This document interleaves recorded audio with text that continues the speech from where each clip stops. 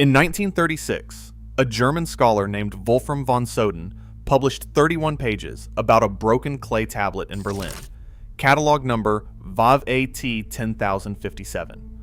A man goes down into the land of the dead, and what he brings back is not a description of it. It is a list of who works there.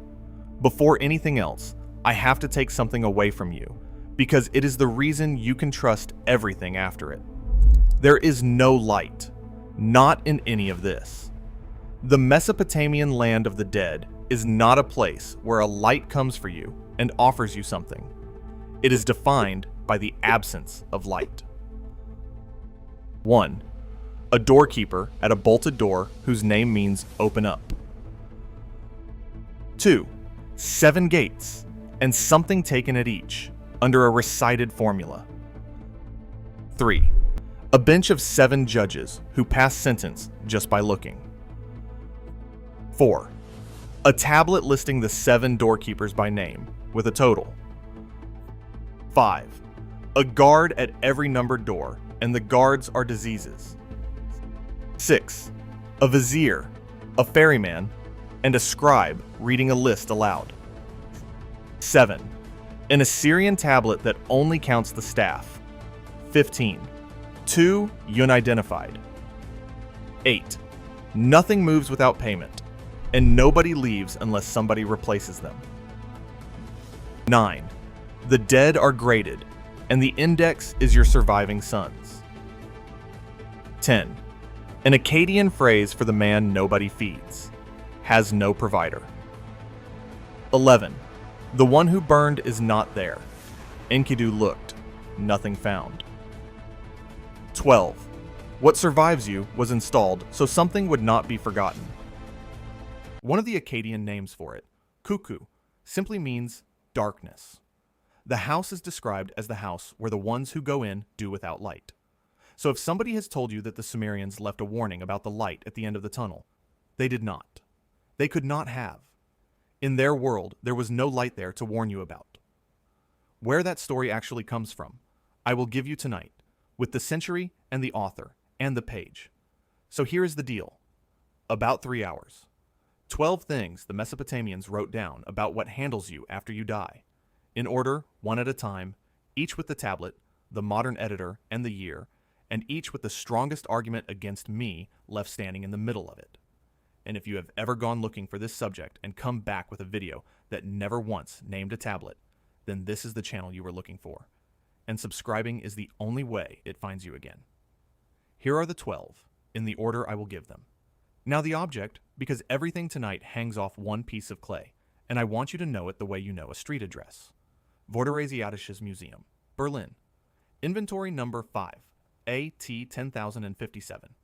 Excavated at Assur in northern Iraq. Neo-Assyrian, 7th century before Christ. Its number in the electronic catalog, the Cuneiform Digital Library Initiative, is P337164. Its modern scholarly name is the underworld vision of an Assyrian crown prince. Its language is Akkadian, in the Neo-Assyrian dialect, not Sumerian. I am going to say that every single time I pick it up, because the word Sumerian is doing an enormous amount of dishonest work in this genre, and I am not going to add to it. I will call it Tablet 10057 from here on. And here is why it is the spine of the whole evening. It is the only text in the entire Mesopotamian corpus that reads like a staff photograph. A man goes down, and he does not tell you what it felt like. He tells you who was standing there. He describes each one. He counts them. In all, 15 gods were present, and 2 of them he cannot name, and he writes that down as well. That is not a vision of hell in the way you are used to hell. That is a roll call. And one word about my own vocabulary, now, rather than an hour from now. There is no Sumerian word for machine. There is no Akkadian word for machine. Nothing in this corpus is called a mechanism, or a device, or an engine. When I say the passage reads like an administration, that is a description of the shape of the evidence, and I will show you the evidence. When you hear the word machine tonight, hear my word, not theirs.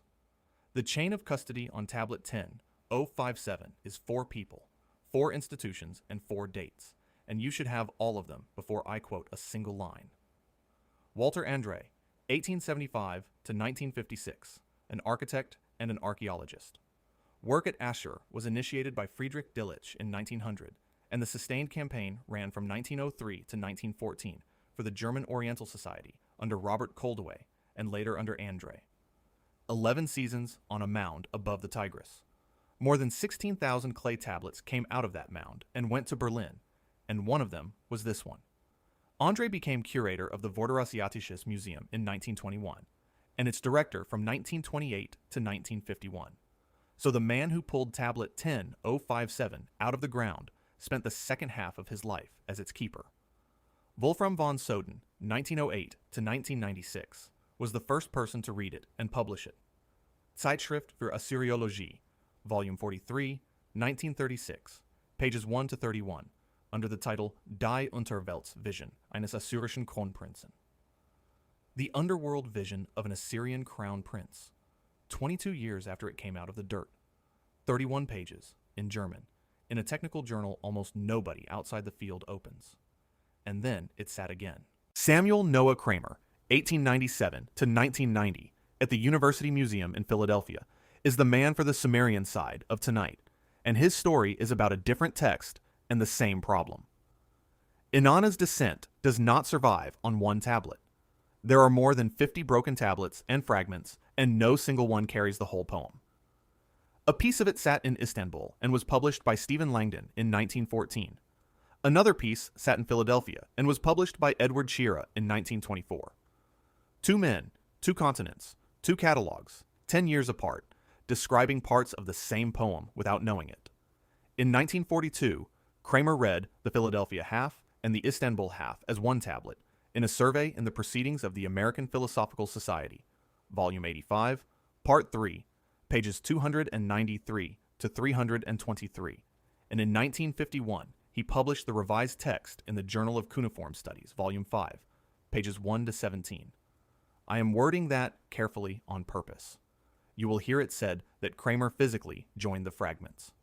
No catalog record I can find says that in words.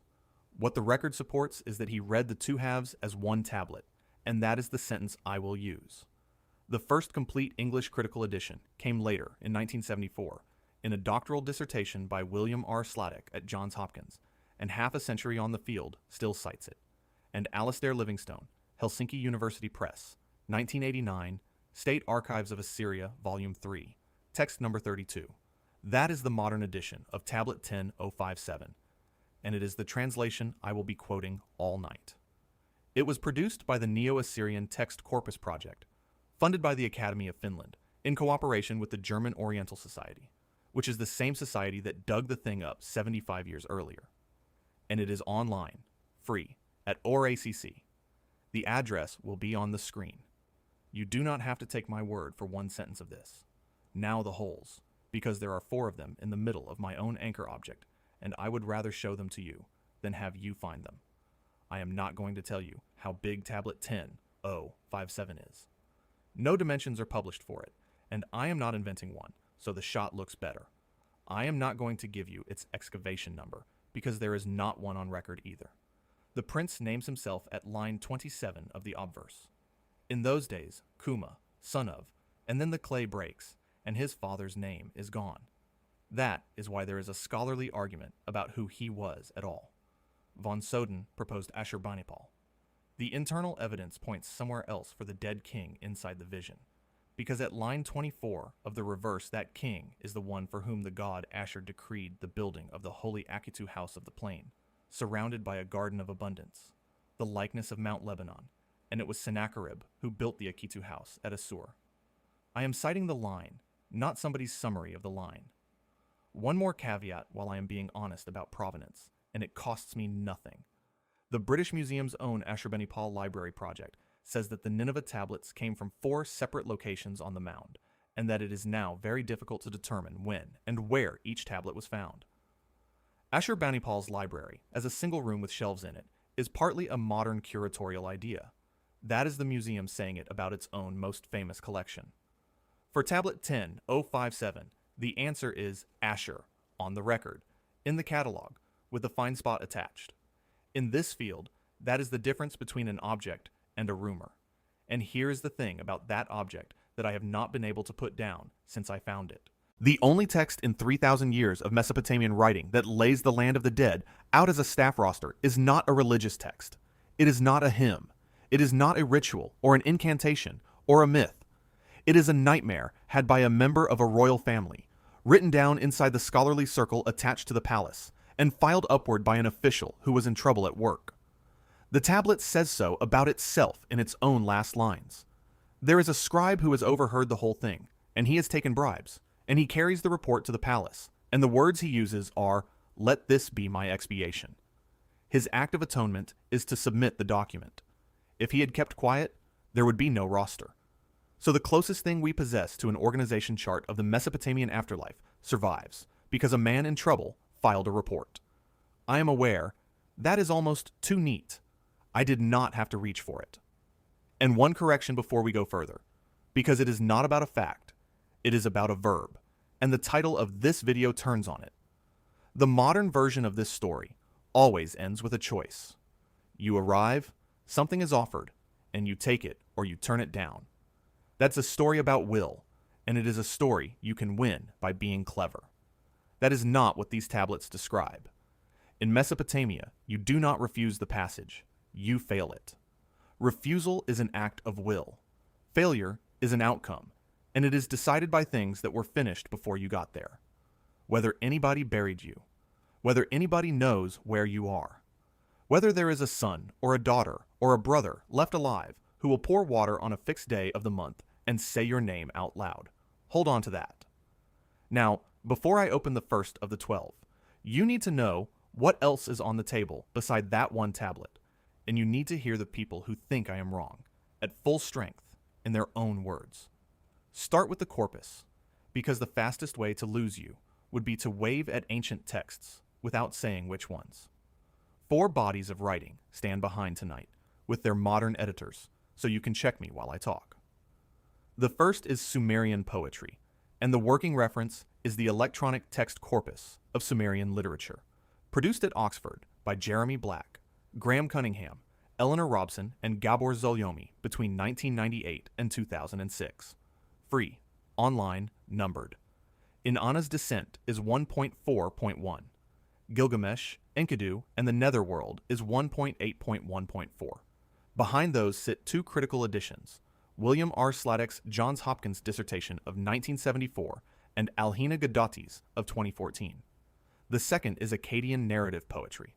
Andrew George, The Babylonian Gilgamesh Epic, Oxford 2003. Maureen Gallery Kovacs, 1989. Benjamin Foster, Before the Muses. 3rd edition, CDL Press, 2005. And Pirjo Lapinkivi, Helsinki, 2010, for the Akkadian Descent of Ishtar. The third is the Assyrian court material, Where Our Anchor Sits. Alasdair Livingstone, State Archives of Assyria, Volume 3, Helsinki, 1989.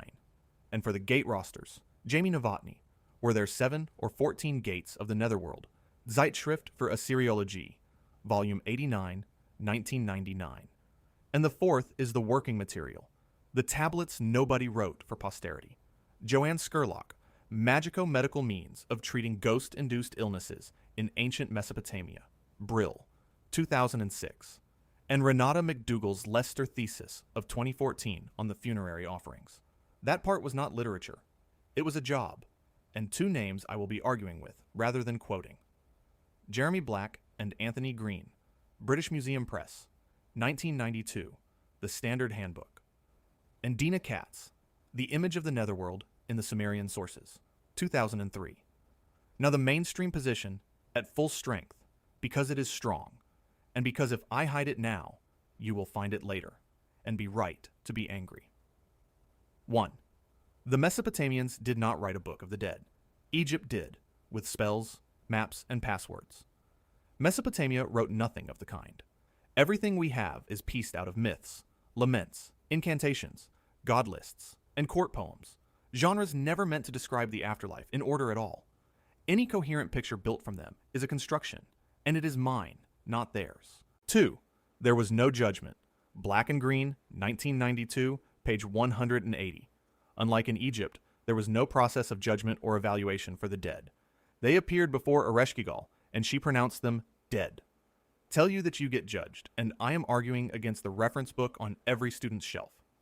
3. The 7 gates may not describe a belief at all.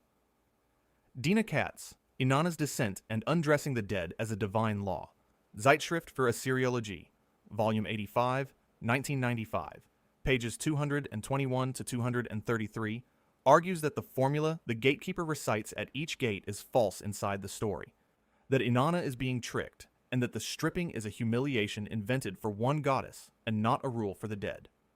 Novotny summarizes her as bluntly as it can be put. There is no basis for the claim that the ancient Mesopotamians believed that the netherworld was locked behind 7 gates. That is a named, published attack on the most famous image in this subject, aimed at the middle of my case. 4. W. G. Lambert in 1980 wrote the sentence that condemns this whole kind of video. A modern composite picture, putting everything from the better-known texts into one telescopic view, is worthless, not to say positively misleading. He meant people like me. 5. The apparatus is the Assyrian court, projected. A queen, a vizier, a doorkeeper, a scribe, a ferryman. Finding a palace in the afterlife of a palace-based society is not a discovery about death. It is a discovery about palaces. All 5 are serious, and I think all 5 are broadly right. So here's exactly what I am arguing, because it is smaller and stranger than you expect. Not judgment. Registration. I am not claiming these people found out the truth about death.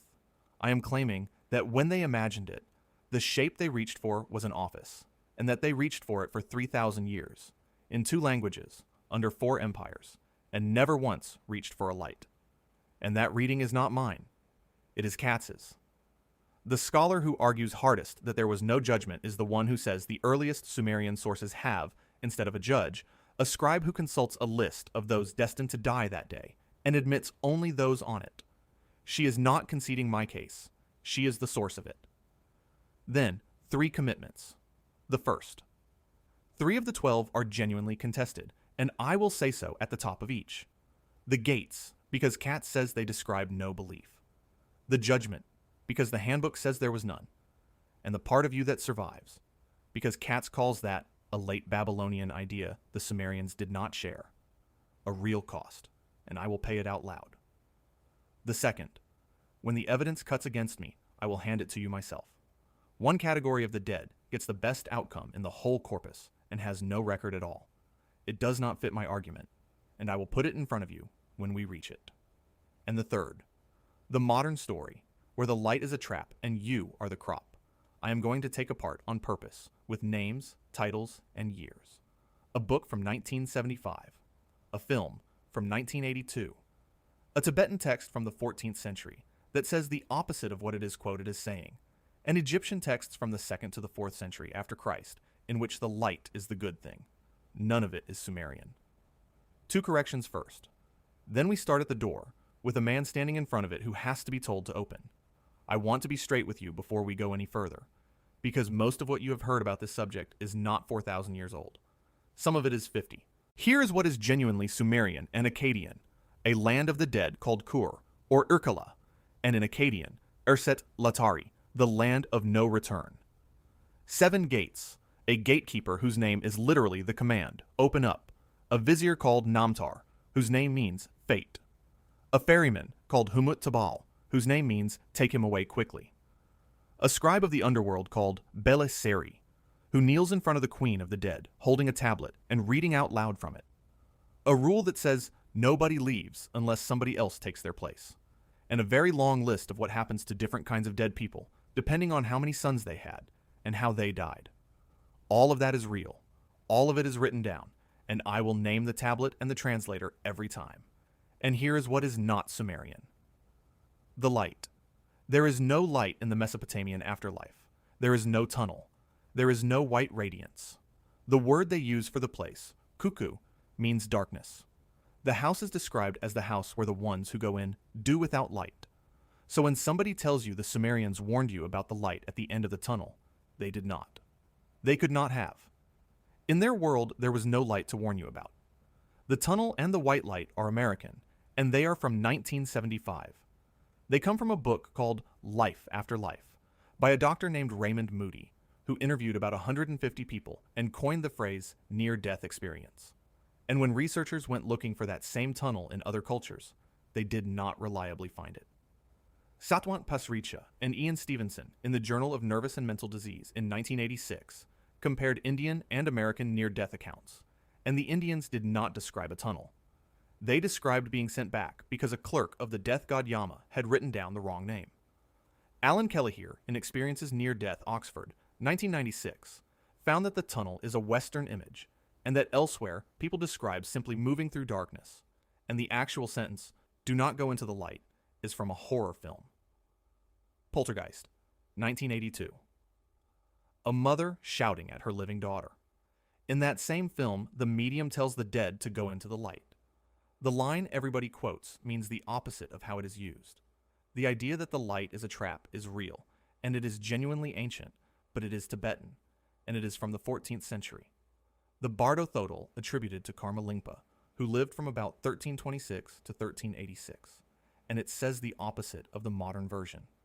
It is the dull, soft lights that pull you back into rebirth, and the brilliant, dazzling light that frees you. It reached the English-speaking world in 1927 through a book by W.Y. Evans Wentz, a Californian theosophist who, as Donald Lopez of the University of Chicago documented in Prisoners of Shangri-La in 1998, could not read Tibetan.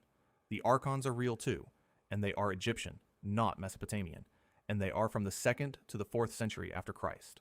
Gnostic texts found at Nag Hammadi in Egypt in 1945. And here's the part nobody tells you. In those texts, the light is the good thing. In the first apocalypse of James, the soul is stopped by beings the text calls toll collectors, and the password it has to say is essentially, "I am from the light, and I am going back to the light." The modern version has it exactly backwards. So here is our deal for the next 3 hours. Everything I tell you about gates, gatekeepers, tolls, stripping, registration, and what happens to the ones nobody fed, that is Mesopotamian, and I will give you the tablet. Everything about a light, a tunnel, a soul farm, or coming back for another life that is not Mesopotamian, and I will tell you exactly which century and which author it came from. The real thing is stranger than the invented thing. That is why we are doing it this way. And there is one more correction I have to make before we start, and it is the biggest one, because it is not about a fact. It is about a verb. The modern version of this story always ends with a choice. You arrive, you are offered something, and you either take it or you turn it down. Turn away from the light. Refuse the offer. Do not step through. That is a story about will, and it is a story you can win by being clever. That is not what these tablets describe. In Mesopotamia, you do not refuse the passage. You fail it. Refusal is an act of will. Failure is an outcome, and it is decided by things that were finished before you got there. Whether anybody buried you, whether anybody knows where you are, whether there is a son or a daughter or a brother left alive who will pour water on a fixed day of the month and say your name out loud. You do not stand at the door and make a decision. You stand at the door, and either your paperwork is in order or it is not. Hold on to that, because I am going to say it again several times tonight, and by the end of this, you will understand why it is the single most important sentence in the video. Now, the object. Everything tonight hangs off one tablet, and I want you to know it by number, the way you know a street address. Vorderasiatisches Museum, Berlin. Inventory number VI-A-T 10,057. Excavated at Assur in northern Iraq, 7th century before Christ. Its number in the electronic catalog, the Cuneiform Digital Library Initiative, is P337164. Its scholarly name is The Underworld Vision of an Assyrian Crown Prince. Its language is Akkadian in the Neo-Assyrian dialect, not Sumerian. I will say that every time. I will call it Tablet 10057 from here on, and I'm going to come back to it at the end of nearly every one of the 12, because it is the only text in the entire Mesopotamian corpus that reads like a staff photograph. A man goes down into the land of the dead, and he does not tell you what it felt like. He tells you who was standing there. 15 of them. He describes each one, he counts them, and he moves on. That is not a vision of hell in the sense you are used to. That is a roll call. The chain of custody on that object is 4 people, 4 institutions, 4 dates, and you should have them. Walter Andre, 1875 to 1956, an architect and archaeologist, dug the city of Assur for the German Oriental Society.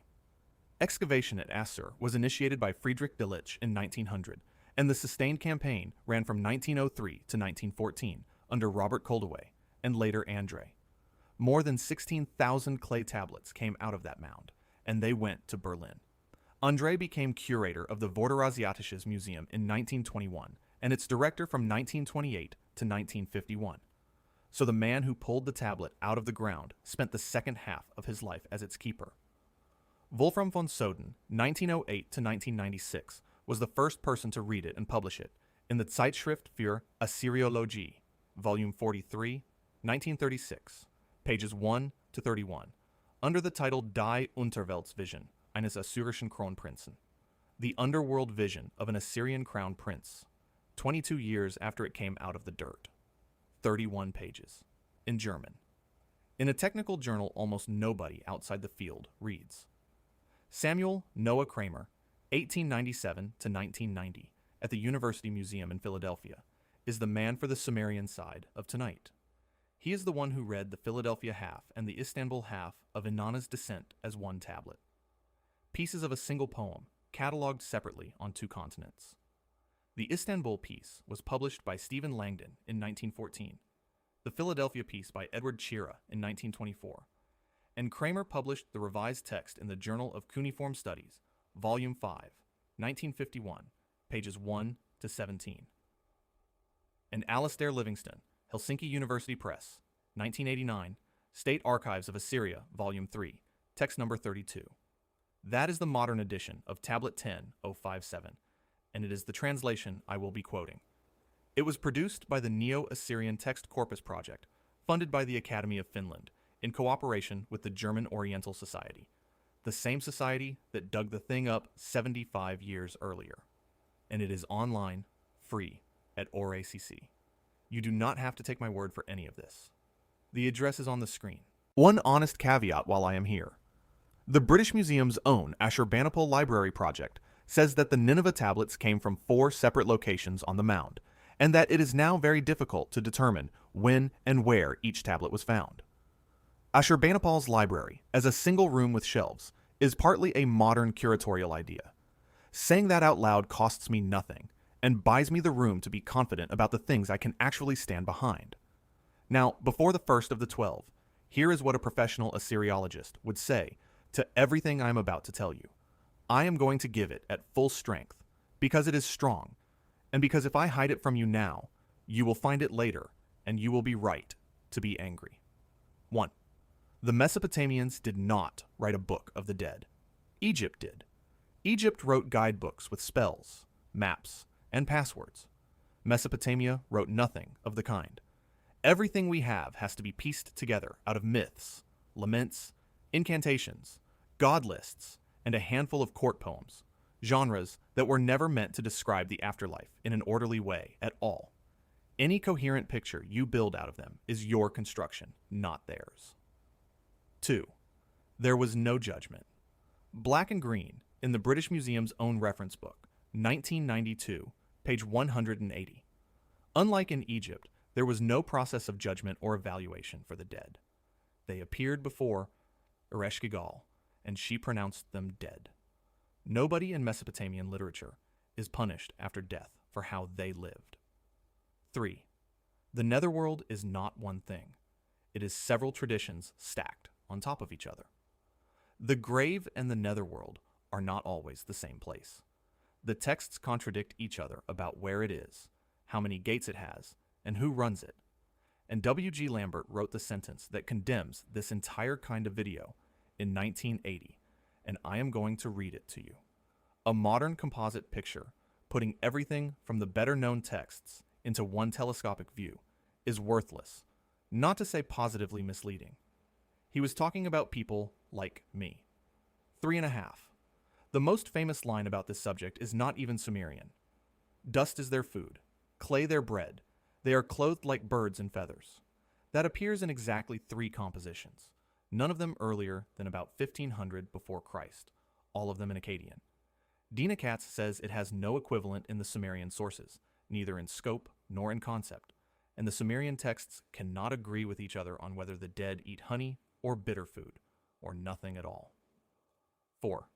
The apparatus is the Assyrian court, projected upward or downward, a queen, a vizier, a doorkeeper, a scribe, a ferryman. Those are the staff of a palace. Finding a palace in the afterlife of a palace-based society is not a discovery about death. It is a discovery about palaces. 5. Dina Katz has argued that the 7 gates may not describe a belief at all, that the stripping is a trick played on one goddess, that the legal formula recited at each gate is false within the story, and that the gatekeeper's own name comes from Akkadian, not from Sumerian. All 5 of those are serious, and I think all 5 are broadly right. And the thing I am going to argue for the next 2.5 hours survives every one of them, because I am not going to argue that the Mesopotamians told you the truth about death. I am going to argue something smaller and stranger, that when they imagined it, the shape they reached for was an office, and they reached for it for 3,000 years, in 2 languages, under 4 empires, and they never once reached for a light. One last thing about my own vocabulary, and then we start. I'm going to use the word machine tonight, and I want to be scrupulous about it. There is no Sumerian word for machine. There is no Akkadian word for machine. Nothing in this corpus is described as a mechanism, a device, or an engine. Machine is my metaphor and mine alone. What the texts actually give you is staffing. Named officials, numbered posts, a doorkeeper who escalates to a supervisor, a vizier, a scribe with a list, a ferryman with a work order, a demon assigned to each position by number. When I say the passage reads like an administration, that is a description of the shape of the evidence, and I will show you the evidence. When you hear machine, hear my word, not theirs. 12 of them. Each one gets the tablet by name, the modern editor, the year, the lines, the mainstream reading at its strongest, and then my argument with it. Here is the first.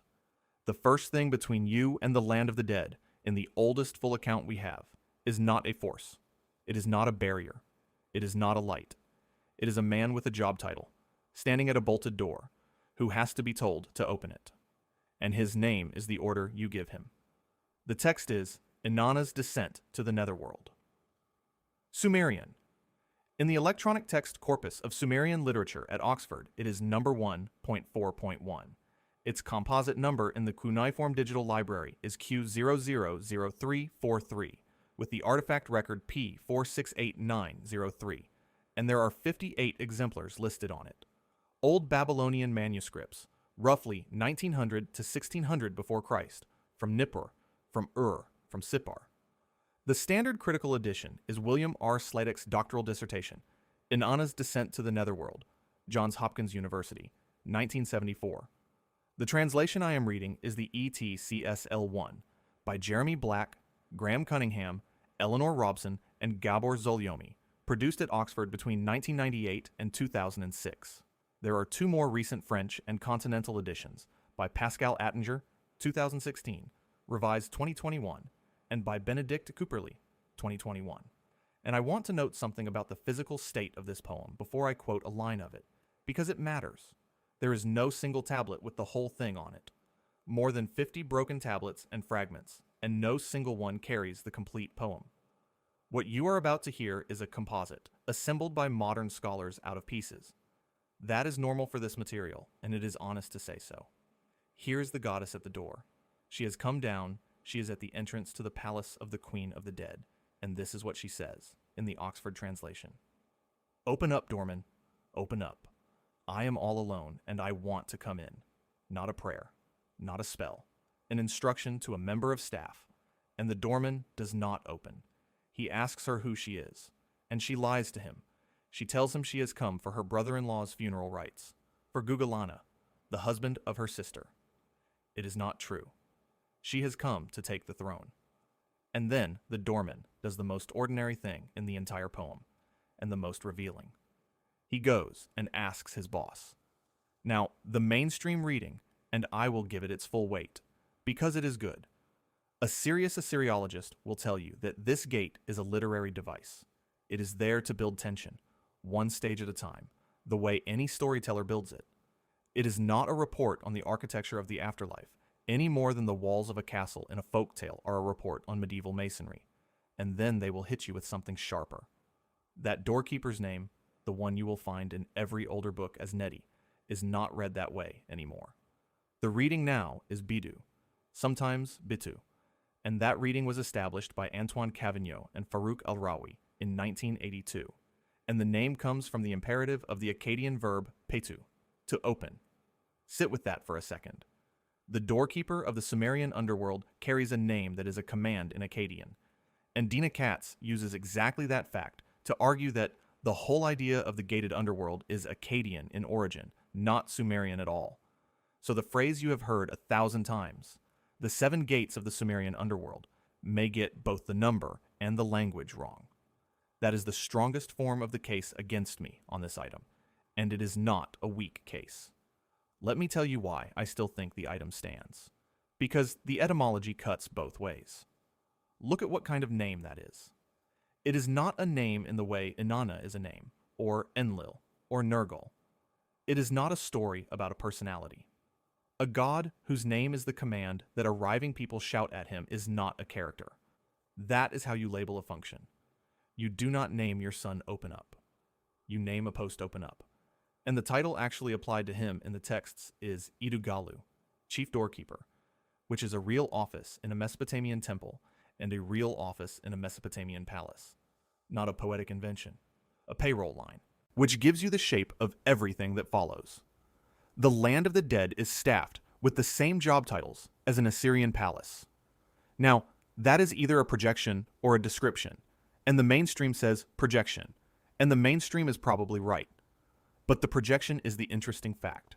Of all the shapes a civilization could reach for when it imagines what handles you at the end, these people reached for the front desk. 5 things sit under this, and I want to take them one at a time, because each one adds a piece. The first is the bolts. Black and green, gods, demons, and symbols of ancient Mesopotamia. British Museum Press, 1992, page 77. State it plainly.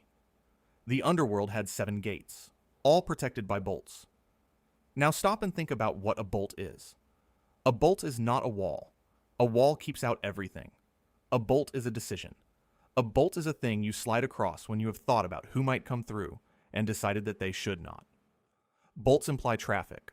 Bolts imply that without the bolt, something would get in or something would get out. Nobody bolts a door against nothing. The second is that he does not decide. This is the single most bureaucratic beat in the whole corpus, and it is easy to read past it.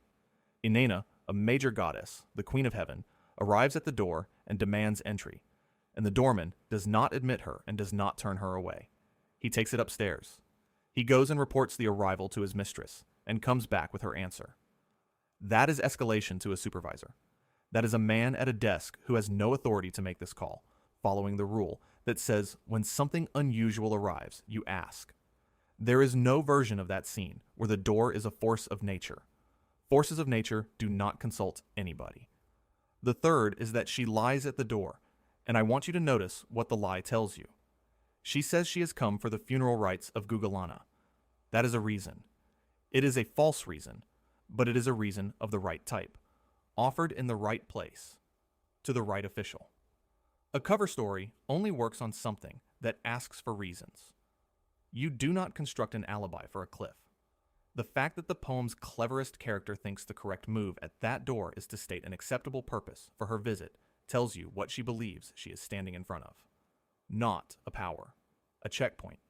The fourth is that the office outlives the story. Bidu is not confined to poetry. His name turns up in incantations, in the working texts that exorcists actually used, in the formulas for compelling demons and ghosts back down into the underworld where they belong. That is an operational use. Somebody standing in an actual house in actual Mesopotamia, dealing with what they believed was an actual dead person who had come back, invoked the doorkeeper by name to get the door opened, and the ghost put back through it. He is not a character in a book to them. He is the man you call. And the fifth is the correction itself, which I am going to make a habit of tonight. Older books say Neti. The reading now is Bidu. Cavigno and Al-Rawi, 1982. I am telling you that because the field corrects itself, and because a channel that does not track the corrections is a channel that is quoting 1938 at you and calling it ancient wisdom. Every time you hear me hand you one of these, it is not modesty. It is the receipt. And there is a sixth thing, which is not about the doorkeeper at all, but about how we know any of this. And I want to put it here at the start, because it is going to be true of nearly everything I read out tonight. There is no tablet of Inanna's descent. There are more than 50 broken tablets and fragments, and no single one of them carries the whole poem. 58 exemplars are listed on the composite in the digital catalog. What that means in practice is that the version you are hearing is a modern reconstruction, assembled out of pieces by scholars over about a century, and the story of that assembly is worth 2 minutes of your time. A piece of it was in Istanbul, and it was published by Stephen Langdon in 1914. Another piece was in Philadelphia, and it was published by Edward Chiera in 1924.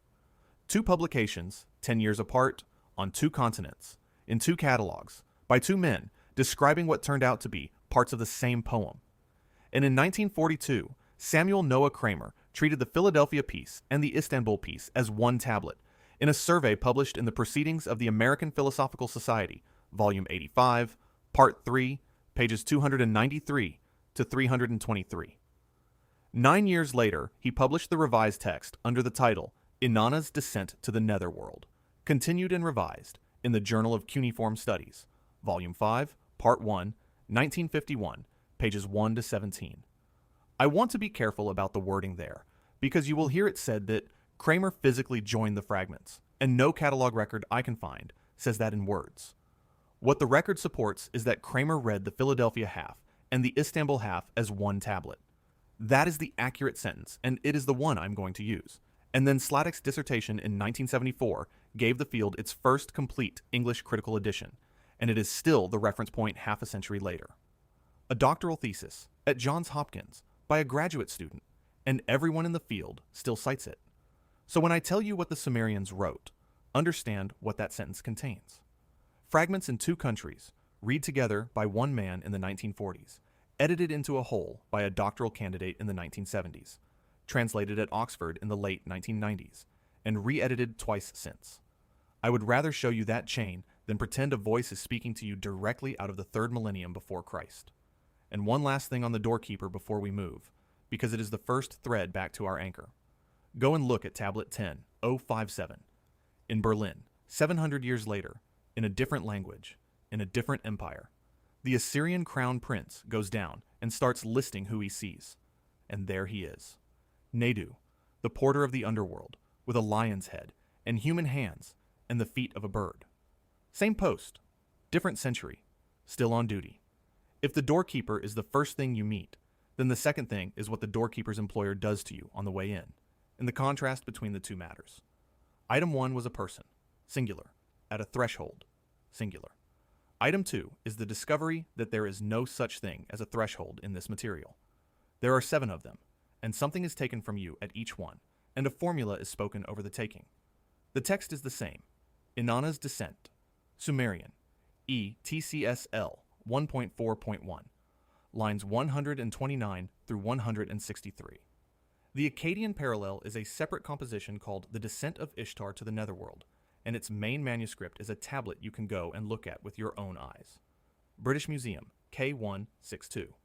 The museum's own description reads, Clay tablet, mythological, descent of Ishtar into the Netherworld, Neo-Assyrian, 16.8, 2 centimeters by 8.57 by 2.85, 7th century before Christ. Excavated by Sir Austin Henry Laird at Kuyunjik, which is Nineveh, and it is currently on display in room 55, case 8.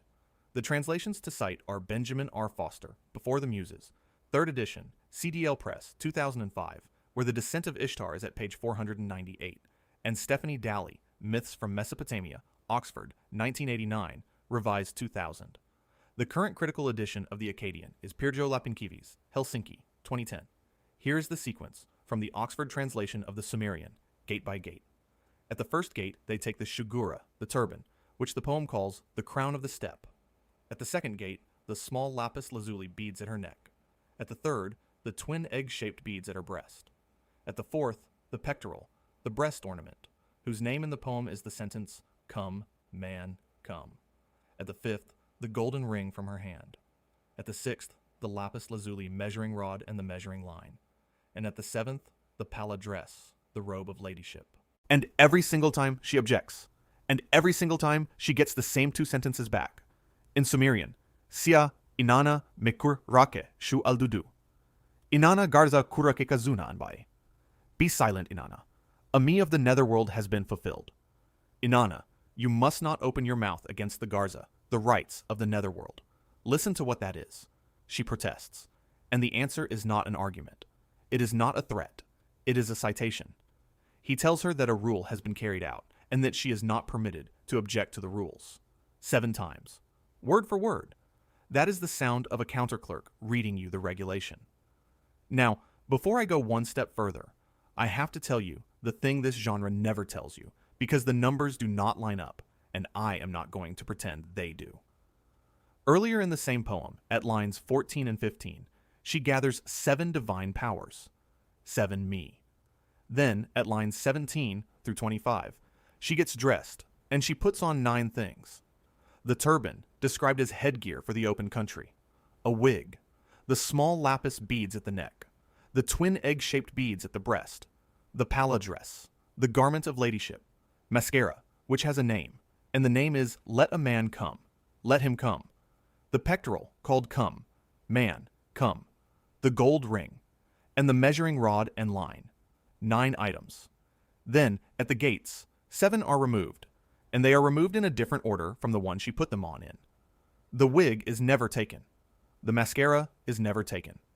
So the poem announces 7 powers, lists 9 ornaments, strips 7 of them, and calls each stripping the fulfillment of a power. That does not resolve. Anyone who tells you there is a neat one-to-one correspondence between the 7 ME and the 7 gates has not counted, or is hoping you will not. And now, the mainstream case, and on this item it is the hardest hit I take in the entire video, so I'm going to give it to you properly, with the citation, and I want you to hold on to it, because we will be coming back to this scholar for the rest of the night. Dina Katz. The paper is called Inanna's Descent and Undressing the Dead as a Divine Law. It is in the Zeitschrift for Assyriology, Volume 85, 1995, pages 221 to 233. And her argument is this: when the gatekeeper appeals to the me and the garza, to divine law, he is not telling the truth. It is a false assertion inside the story. Ereshkigal, the queen of the dead, has invented this on the spot. Inanna is being tricked. The instruction her sister gives, the one the doorman is carrying out, is a trap laid for one specific goddess, to strip one specific rival of the insignia of her power before she gets anywhere near the throne room. In Katz's own words, the gatekeeper used the me as a pretext, intending to trick Inanna into entering the netherworld defenseless. And she points out how symmetrical that is, because later in the poem Enki plays a trick on Ereshkigal to get Inanna back out. Trick for trick. And Jamie Novotny, summarizing Katz's position in his own paper, puts it about as bluntly as it can be put.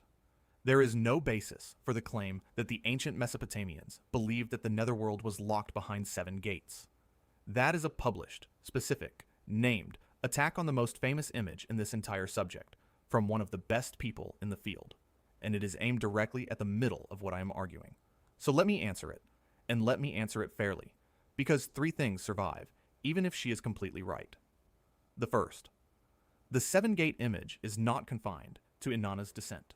Novotny, in the Zeitschrift for Assyriology, Volume 89, 1999, page 26, notes that it is attested in 3 separate Sumero-Akkadian compositions. If it were one poet's plot device for one story, you would expect it to stay in that story. It did not. It shows up in the Akkadian descent, and it shows up in the myth of Nergal and Ereshkigal, which is a completely different narrative with completely different concerns. The second, in the later material, the gates are named after their gatekeepers, individually, by name. That is item 4, and I will show you the tablet. You do not do that to scenery. And the third is the one I think actually matters, and it is counterintuitive. If Katz is right, my argument gets stronger, not weaker. Think about what she is describing. The queen of the dead wants to destroy a rival, And the method she reaches for is not lightning. It is not a monster. It is a procedure. She sets up 7 checkpoints, staffs them, and has her doorman recite a false legal formula at each one so that the victim will believe she is being processed rather than robbed. That is a story about somebody weaponizing an office. And you cannot weaponize an office in a world that does not have offices.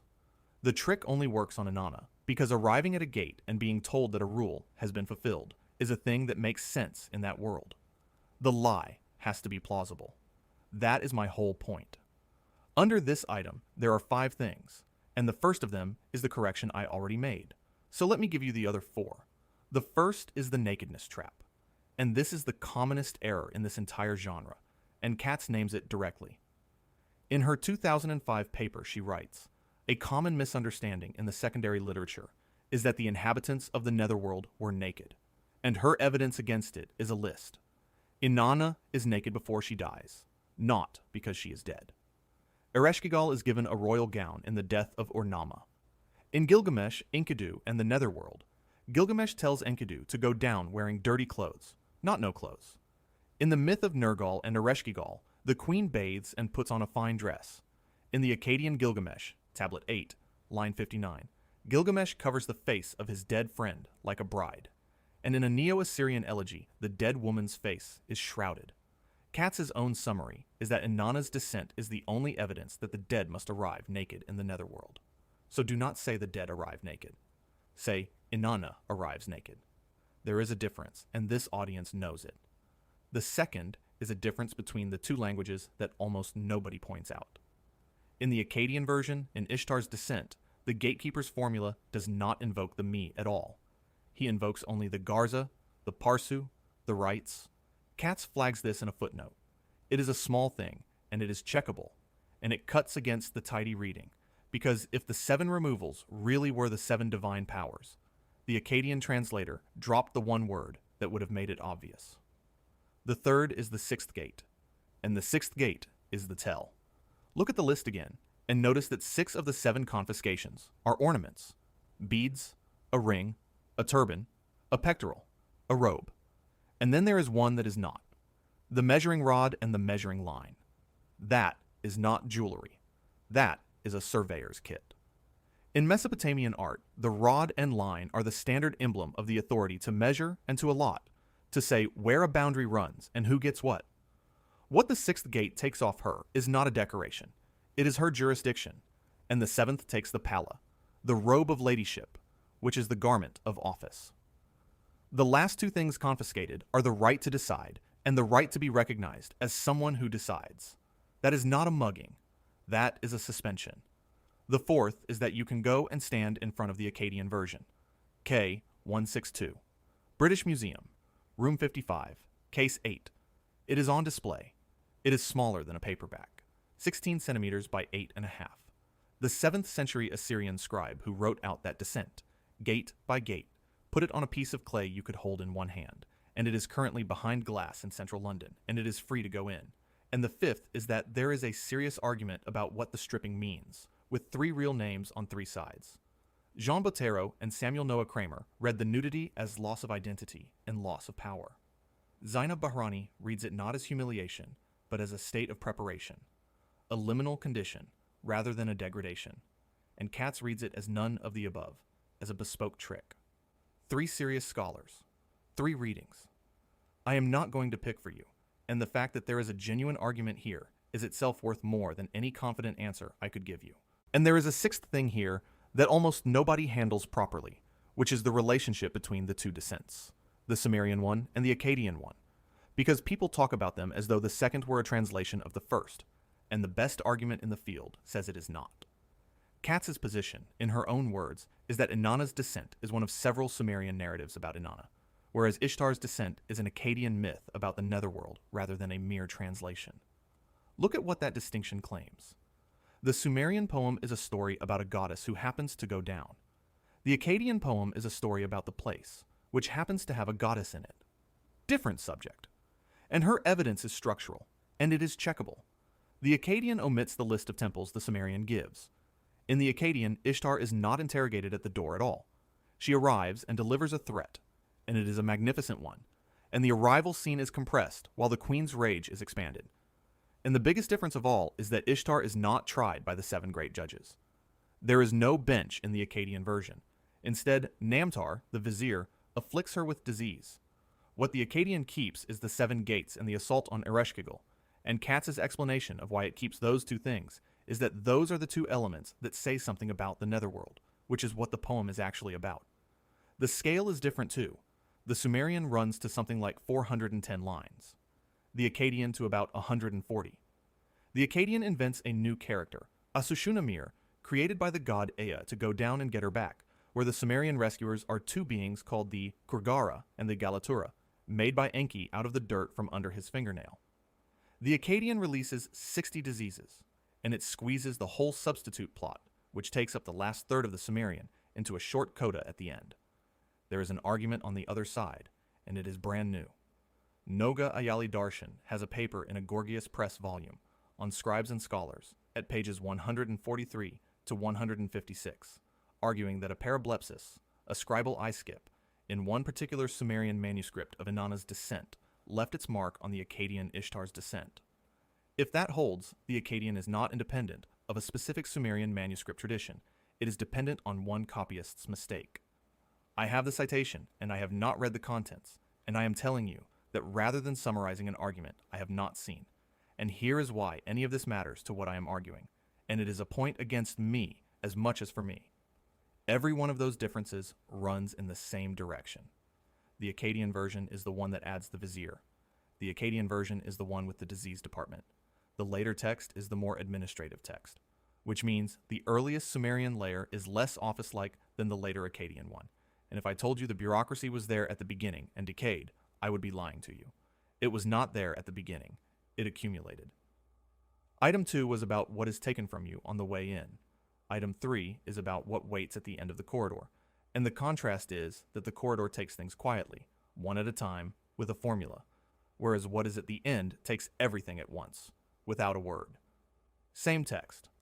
Inanna's Descent, Sumerian, ETCSL 1.4.1, lines 164 to 172. Oxford translation, Black, Cunningham, Robson, and Zolyomi. The Anuna, the 7 judges, rendered their decision against her. They looked at her. It was the look of death. And then, the afflicted woman was turned into a corpse, and the corpse was hung on a hook. 3 notes on the wording before anything else. First, the text says Anuna, not Anunnaki. Anunnaki is the later Akkadian form, and it has been dragged through so much nonsense in the last 50 years that I want to keep the Sumerian word in front of you. The Anuna. Second, they render a decision. That is a courtroom word.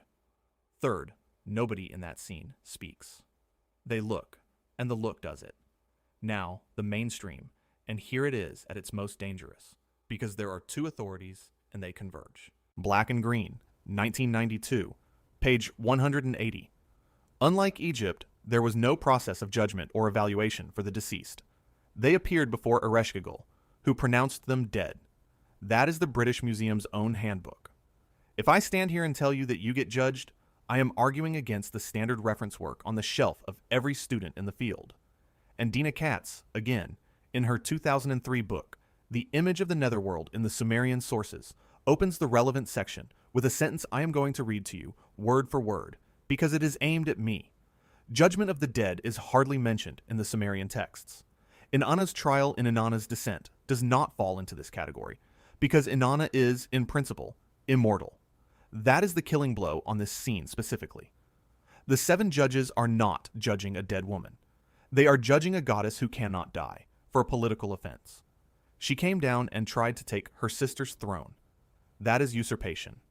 In Katz's own phrase, in this poem the Anuna function as the 7 great judges, the judges of the gods, not the judges of you.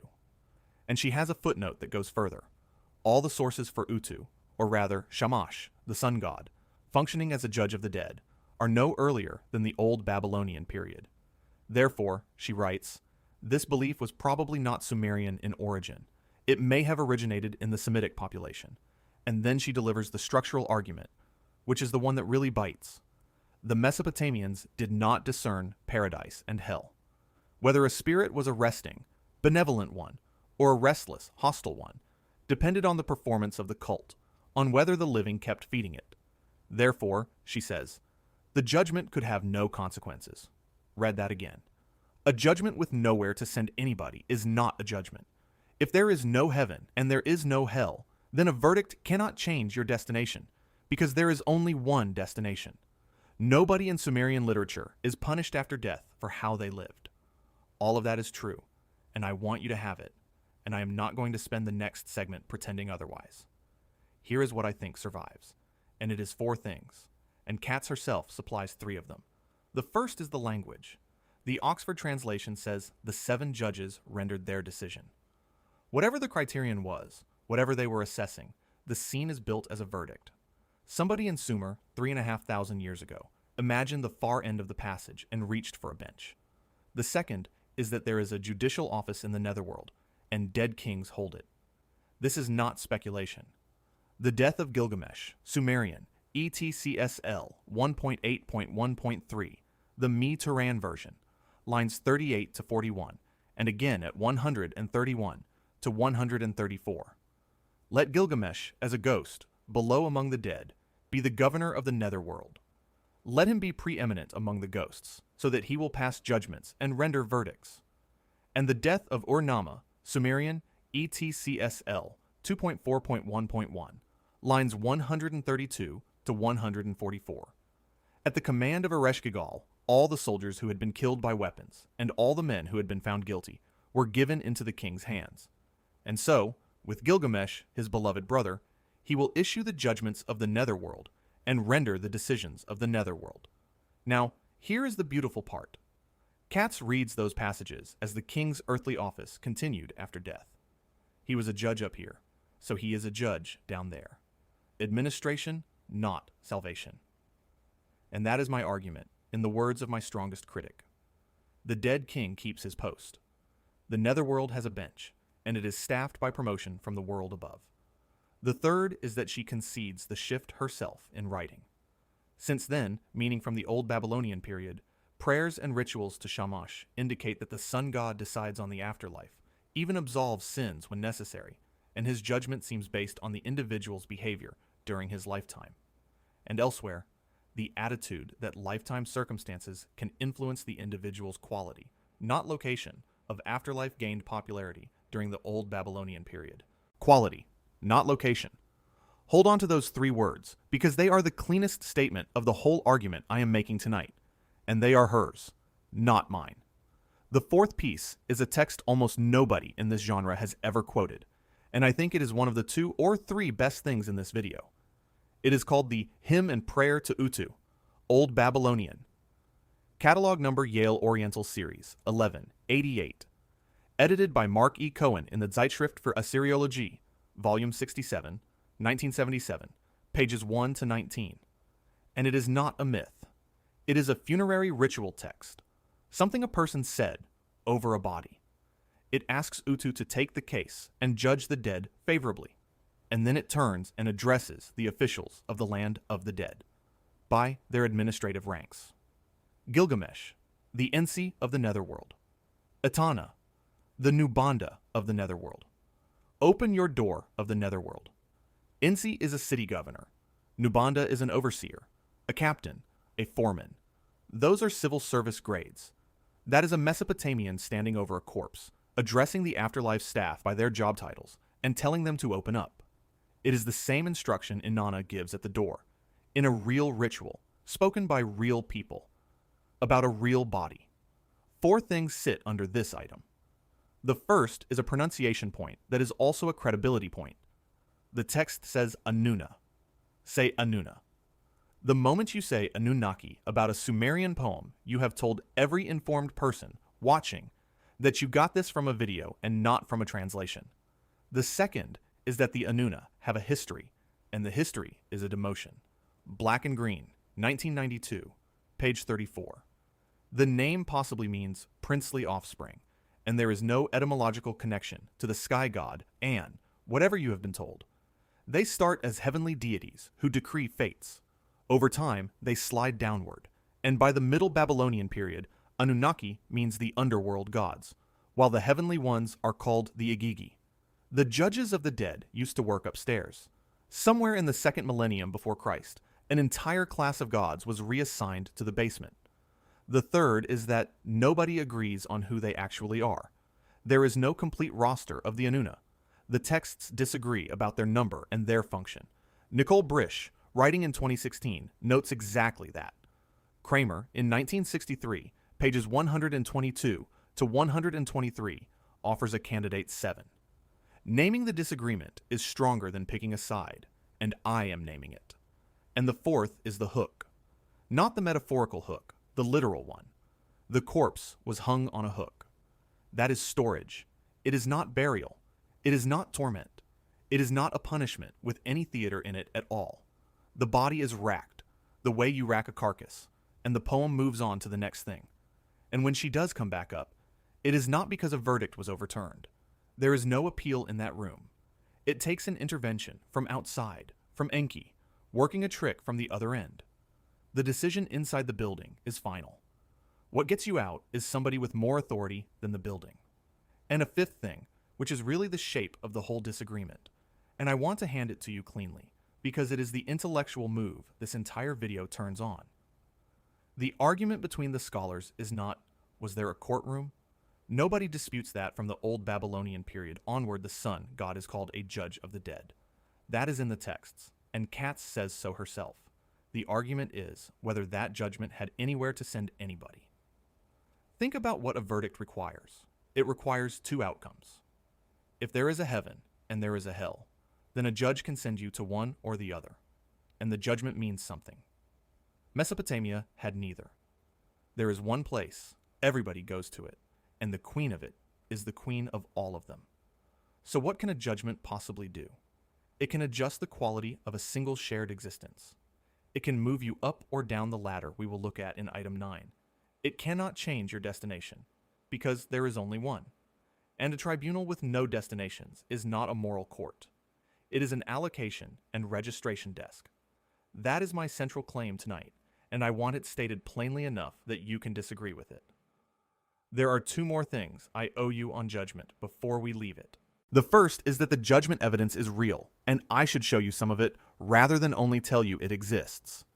There is a text called The First Elegy of the Pushkin Museum, Sumerian, ETCSL 5.5.2, in which a man named Ludigira appeals to Shamash and to Sin, the sun and the moon, to judge and to decree a good fate for his murdered father, and appeals to the personal god and to the city god to absolve his father's sins and his guilt. That is a son standing over a killed parent, asking for the case to be taken, and the record cleared. And there is an incantation to Utu, edited by Giorgio Castellino in Oriens Antiquus, Volume 8, 1969, and again by Bent Alster in Acta Sumerologica, Volume 13, 1991. And I am not going to give you a page range for the second one because the two published citations of it disagree with each other, and I have not resolved which is right.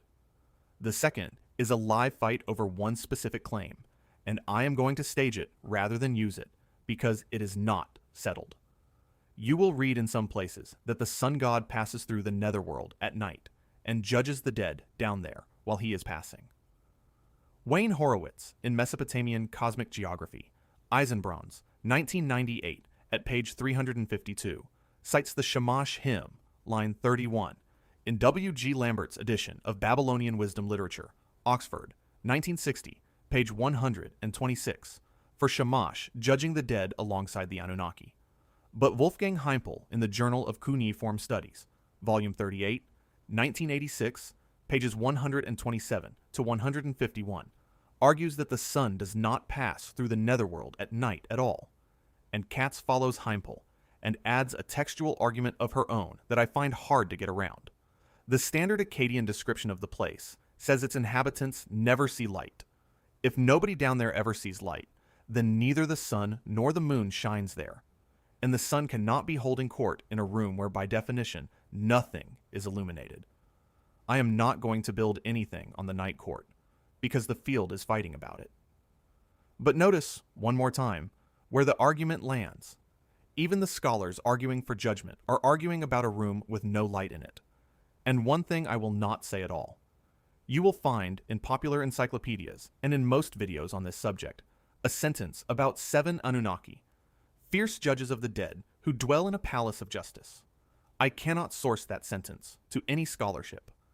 The 7 Anuna in Inanna's descent are trying a goddess for usurpation, and Katz calls them the judges of the gods. There is no palace of justice. Somebody wrote that phrase in the 20th century, and it has been copied ever since, and I would rather have a shorter list of things to tell you than repeat it. Item 3 showed you a bench with no names on it. 7 judges the texts cannot even agree on the membership of.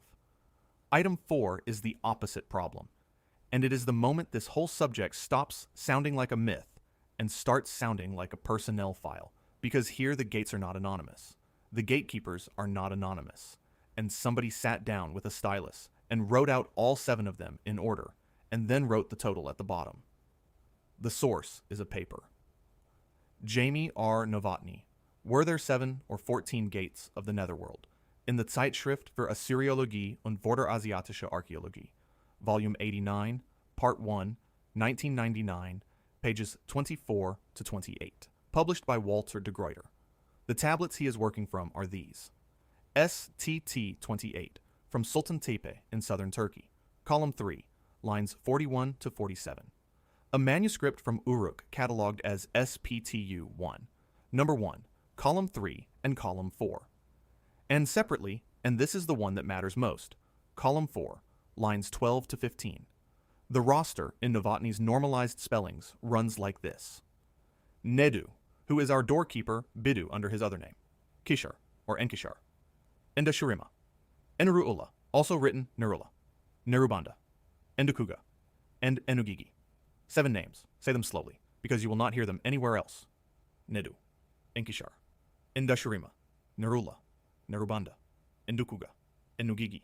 And then the line that I think is the single most important line of cuneiform in this entire video, at the end of that list. In transliteration, it is 7. Then the sign group IDU8, GAL, with the plural marker Shah Ereshkigal. In English, 7 chief doorkeepers of Ereshkigal. A tablet that names 7 officials by post, and then adds them up and writes the number and gives the department head. That is not the shape of a story. Stories do not have totals at the bottom. That is the shape of an establishment table, the document an institution keeps so it knows how many people it employs and what each one is called.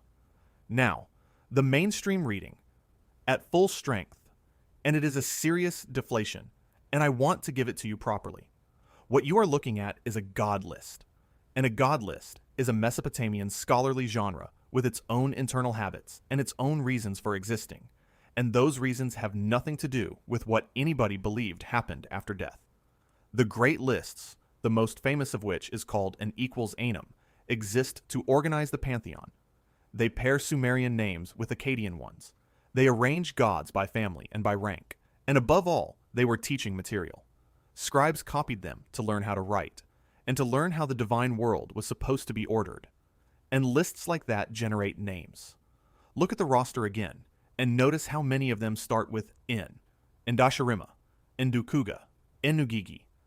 N is an element that means Lord. That is a pattern, and patterns in scribal lists have a way of filling themselves out. A god list proves that Mesopotamian scholars organized the netherworld on a tablet.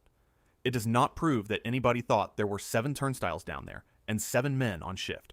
And underneath all of that, Katz's objection from item 2 is still standing. If the 7 gates were a trick played on one goddess in one poem, then a scholar systematizing divine names 400 years later, working from that poem, would produce exactly this list, and it would tell you nothing about belief. That is the case. I accept nearly all of it. And I think the point survives, for a reason that has nothing to do with whether anyone believed it. Accept the mainstream framing entirely. These are scribal products. Fine. Then, look at what the scribes produced, because Egypt, in the same centuries, was producing something completely different. Egypt wrote guidebooks, spells to say, maps to follow, passwords to give. The Book of the Dead is a manual for the traveler, written in the second person, telling you what to do. Mesopotamia produced no such thing. And when Mesopotamian scholars turned their attention to the same subject, what came out was a roster, a list of who works there. That is not a small difference in style. That is a difference in what kind of thing they thought the land of the dead was. One culture imagined a road you can be taught to walk. The other imagined an office with a staff and wrote down the staff. And these names are not filler. Look at position 1. Nedu, which is Bidu, which is the doorkeeper from Inanna's descent, the one whose name means open up. He heads the god list, and he heads the myth. The narrative source and the administrative source agree on who holds post number 1. That's exactly the kind of agreement you would not get from decoration. 5 things underneath. First, and this is not really a subpoint so much as an instruction, read the roster again, slowly, and let it sit. Nedu, Enkishar, Endashirima, Nerula, Nerubanda, Endukuga, Enugigi, 7 names, 7 posts, and a total at the bottom. Whatever else is true, somebody in the ancient world thought that the correct way to write about the entrance to the land of the dead was to enumerate the staff. Second, the sources agree with each other across a very long stretch of time. STT-28 is Neo-Assyrian, from Sultan Tepe, which is in the 8th century before Christ. The Uruk manuscript Novotny cites is Seleucid, which is roughly the 4th century. Different cities, different empires, different languages of daily life on the street outside, and substantially the same 7 names. And I owe you a flag here, because there is a wrinkle in the record, and I am not going to paper over it. In 1960, O.R. Gurney, publishing the Sultan Tepe tablets in the journal Anatolian Studies, Volume 10, pages 105 to 131, wrote that the Sultan Tepe tablet remained the sole authority for the late Assyrian version of Nergal and Ereshkigal, not a single fragment having come to light from any other source. Novotny, 39 years later, cites a Uruk recension. Those are, as far as I can tell, claims about different manuscripts rather than a flat contradiction, but I have not resolved it, and I would rather tell you that than smooth it over and be caught by somebody who has the volumes on his desk. Third, the naming runs in the direction that matters. Novotny's own phrasing is that each of the 7 gates are named specifically after their gatekeepers, not the men after the gates after the men. Think about what that implies about the order of thought. The post exists because a person holds it. The architecture is named after the staff. Fourth, and this is the detail I find genuinely eerie, heaven had 7 gates too, and they were named after gods as well. Anu, Enlil, Ea, Sin, Shamash, Adad, and Ishtar. Novotny gives the reference in his footnote, citing C. Saporetti's edition of the Myth of Etana from 1990. So the architecture above and the architecture below are symmetrical. 7 gates up, 7 gates down, both sets named after the beings who hold them. That is a civilization that has one idea about how you get from one jurisdiction into another, and it applies it in both directions. And fifth, the shape of the place. Thorkild Jacobson, in The Treasures of Darkness, A History of Mesopotamian Religion, Yale University Press, 1976, page 228, suggested that the Sumero-Babylonian underworld was pictured as a city surrounded by 7 walls. Not a cave, not a pit, a walled city, with a gate in each wall. And I want you to sit with how ordinary that is, and how strange it is that it is ordinary. Ashur had walls, Nineveh had walls, Ur had walls. Every one of these people had spent their entire life inside a ring of mud brick with a gate in it, and a man at the gate, and a reason you had to give him. When they imagined the last place they would ever go, they built it out of the only thing they had ever seen. A city, with a gate, and a man at the gate, and a list. And there is a 6th thing here, and it is the answer to the strongest form of the objection. So let me set it out properly. If the 7 gates were one poet's device in one poem, they should have stayed in that poem. So let me show you where they actually turn up. Novotny counts 3 separate Sumero-Akkadian compositions, and they are not 3 copies of one thing. The first is Inanna's Descent in Sumerian, which is the story of a goddess and her sister, and the gates are the mechanism by which she is stripped. The second is Ishtar's Descent in Akkadian, which, as I said a while ago, is a different poem about a different subject, with a different plot at the door, no bench of judges, and a vizier instead. It keeps the gates. And the third is Nergal and Ereshkigal, which is not a descent and return story at all. It is a story about a god who goes down, offends the queen, comes back, is sent back down, and ends up as her husband and as king of the place. Completely different shape, completely different point. And it has the gates too, and the later versions of it have them in enormous detail. 3 compositions, 3 plots, 1 piece of architecture held in common. That is the pattern you get when something belongs to the shared furniture of a culture, rather than to one author's imagination. And it does not prove anybody believed it, and I am not claiming it does. It proves that when a Mesopotamian scribe reached for the entrance to the land of the dead, the thing his hand closed on had 7 doors in it, and a man standing at each one. And a 7th thing, on the god lists themselves, because I have been treating them as a genre, and I owe you a picture of what one actually is. The Great Mesopotamian God List is called an equals Anum, and it is exactly what the name says. 2 columns, a Sumerian divine name on one side, and the Akkadian equivalent on the other. Page after page of it, hundreds and hundreds of entries, organized by household. A god, then his wife, then his vizier, then his doorkeeper, then his minor functionaries. That is the organizing principle, not stories. Households, with staff, sorted by rank. W.G. Lambert worked on that material in 1972, and it is where we learn, for example, that Namtar's wife, Hushbishag, is called the stewardess of the underworld. Now hold that next to what an Assyrian palace actually kept in its archives. Ration lists, personnel records, lists of officials by post, lists of who is owed what. The scribes who wrote the god lists were trained on those documents, and the god lists have the same shape, because a scribe organizes the invisible world with the tools he learned on the visible one. Which is my whole case, stated as fairly as I know how. I am not telling you the Mesopotamians discovered that death is administered. I am telling you that when they wrote about death, the only shape they had for organizing anything at all was the shape of an office.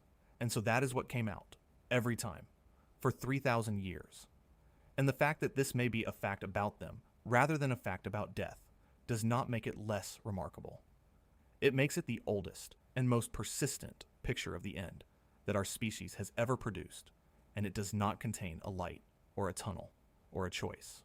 So that is the first 4, and let me put them in one line each before we go on, because there are 8 more, and you should be carrying these. 1. The first thing at the entrance to the land of the dead is not a force, but a person with a job title, a chief doorkeeper whose name is literally the command open up, and who has to be told. 2. The passage is not 1 threshold, but 7, and something is confiscated at each one while a fixed legal formula is recited over the confiscation, and the last 2 things taken are the instruments of authority, not ornaments. 3. At the end of the corridor, there is a bench of 7 who render a decision without speaking, and the best scholarship says they are trying a goddess for usurpation rather than judging a dead human being, which matters enormously, and which I gave you in full. And 4. Somebody wrote the 7 doorkeepers down in a list, named them one by one, and closed the list with a total 7 chief doorkeepers of Ereshkigal, which is the single most administrative sentence in the corpus. Let me ask you for one thing before we go into the second act, and I will keep it short. If you have got this far, you already know this is not the usual version of this subject. It is slower, it names its sources, and it tells you when the evidence is against me. That kind of video does not travel on its own. Subscribe, and stay with me, because the second act is where the staff list turns into a duty rota, and the names of the guards turn out to be the names of the ways you die. Item 4 gave you 7 names on a list, and a total at the bottom, which is quiet and clerical and easy to underestimate. Item 5 gives you the same idea with the mask off, because in the oldest surviving copy of a different myth, a god walks down the entrance and posts a named guard at every numbered position, and the names of the guards are illnesses. The text is Nergal and Ereshkigal, Akkadian. The version I am quoting is the Amarna recension, which is cataloged as El Amarna, letter 357, lines 67 to 74. The physical tablet is in pieces, and the pieces are in two countries. BM 29,865 in the British Museum, joined to VAT 1611, VAT 1613, VAT 1614, and VAT 2710 in Berlin. In the Cuneiform Digital Library, it is P270856. It was found at Akhetaten, at El Amarna, in Egypt. It is Middle Babylonian, roughly 1400 to 1100 before Christ. It was first published by J. A. Knudsen in Die El Amarna Tafeln, 1915, as number 357, and re-edited by Shlomo Israel in Cuneiform Monographs, Volume 9, 1997. The English I'm about to read is Novotny's, from the paper I cited a moment ago. Here is the passage.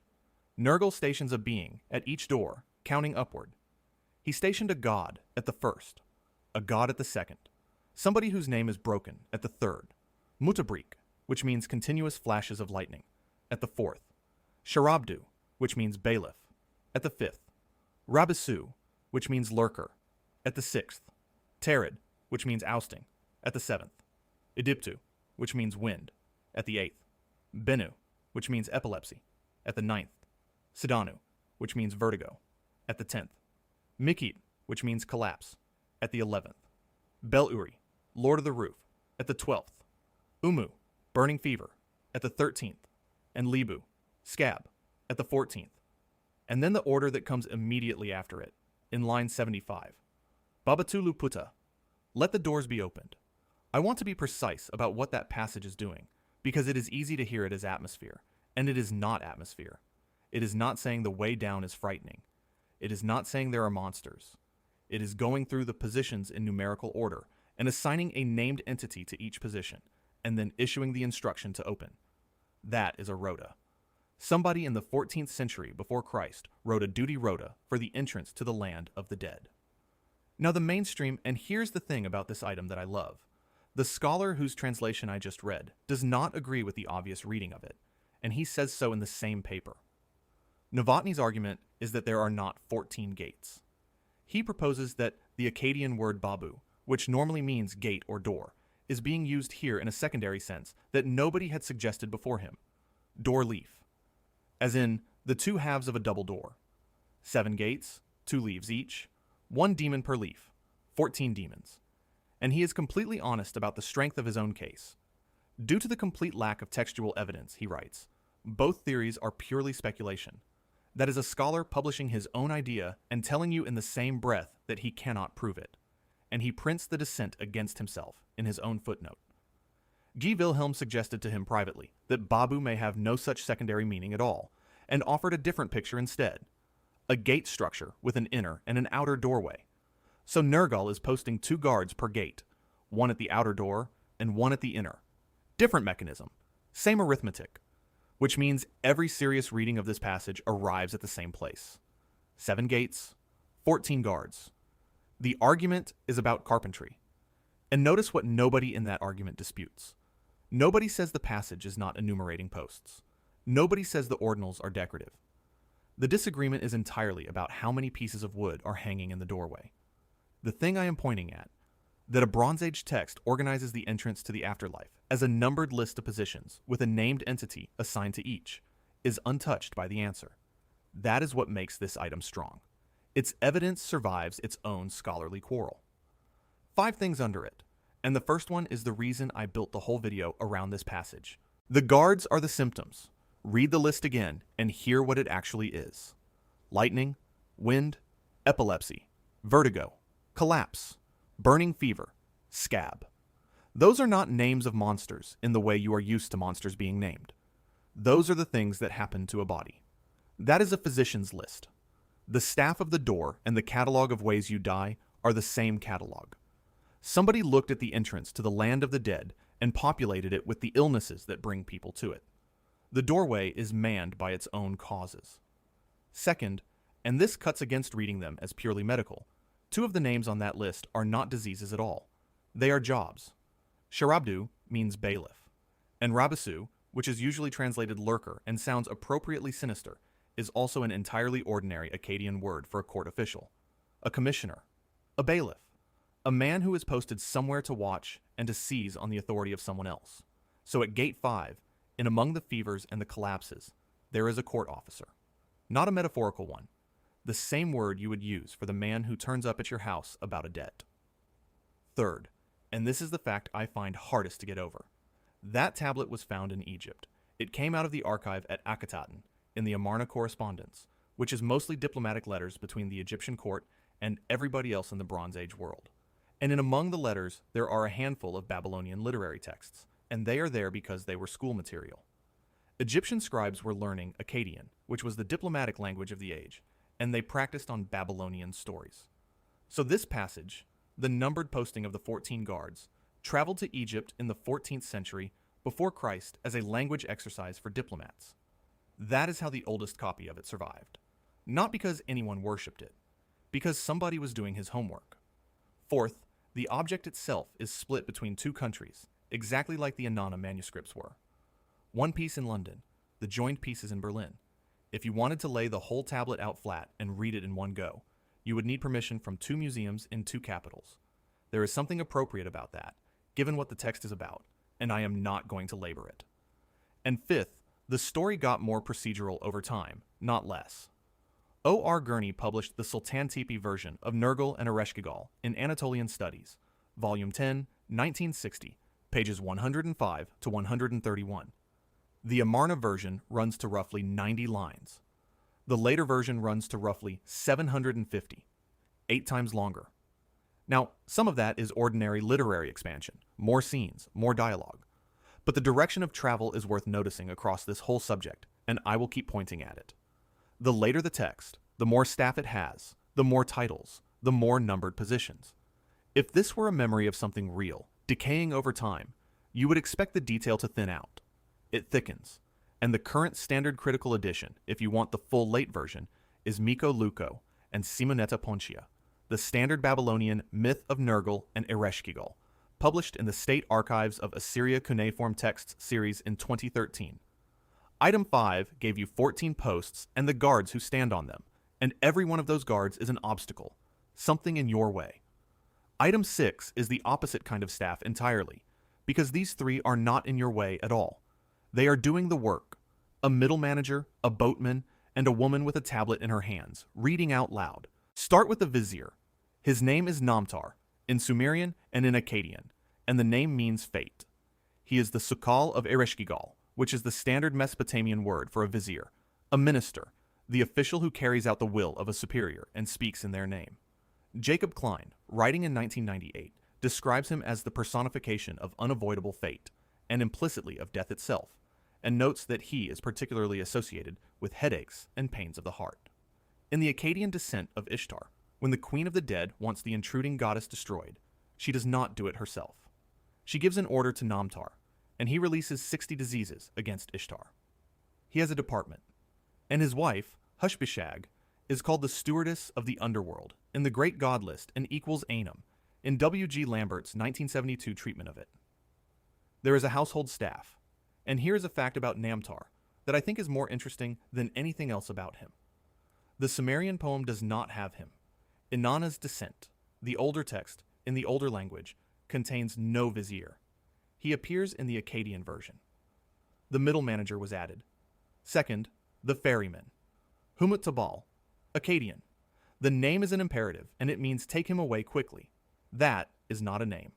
That is an instruction, standing where a name should be, exactly like Bidu at the door.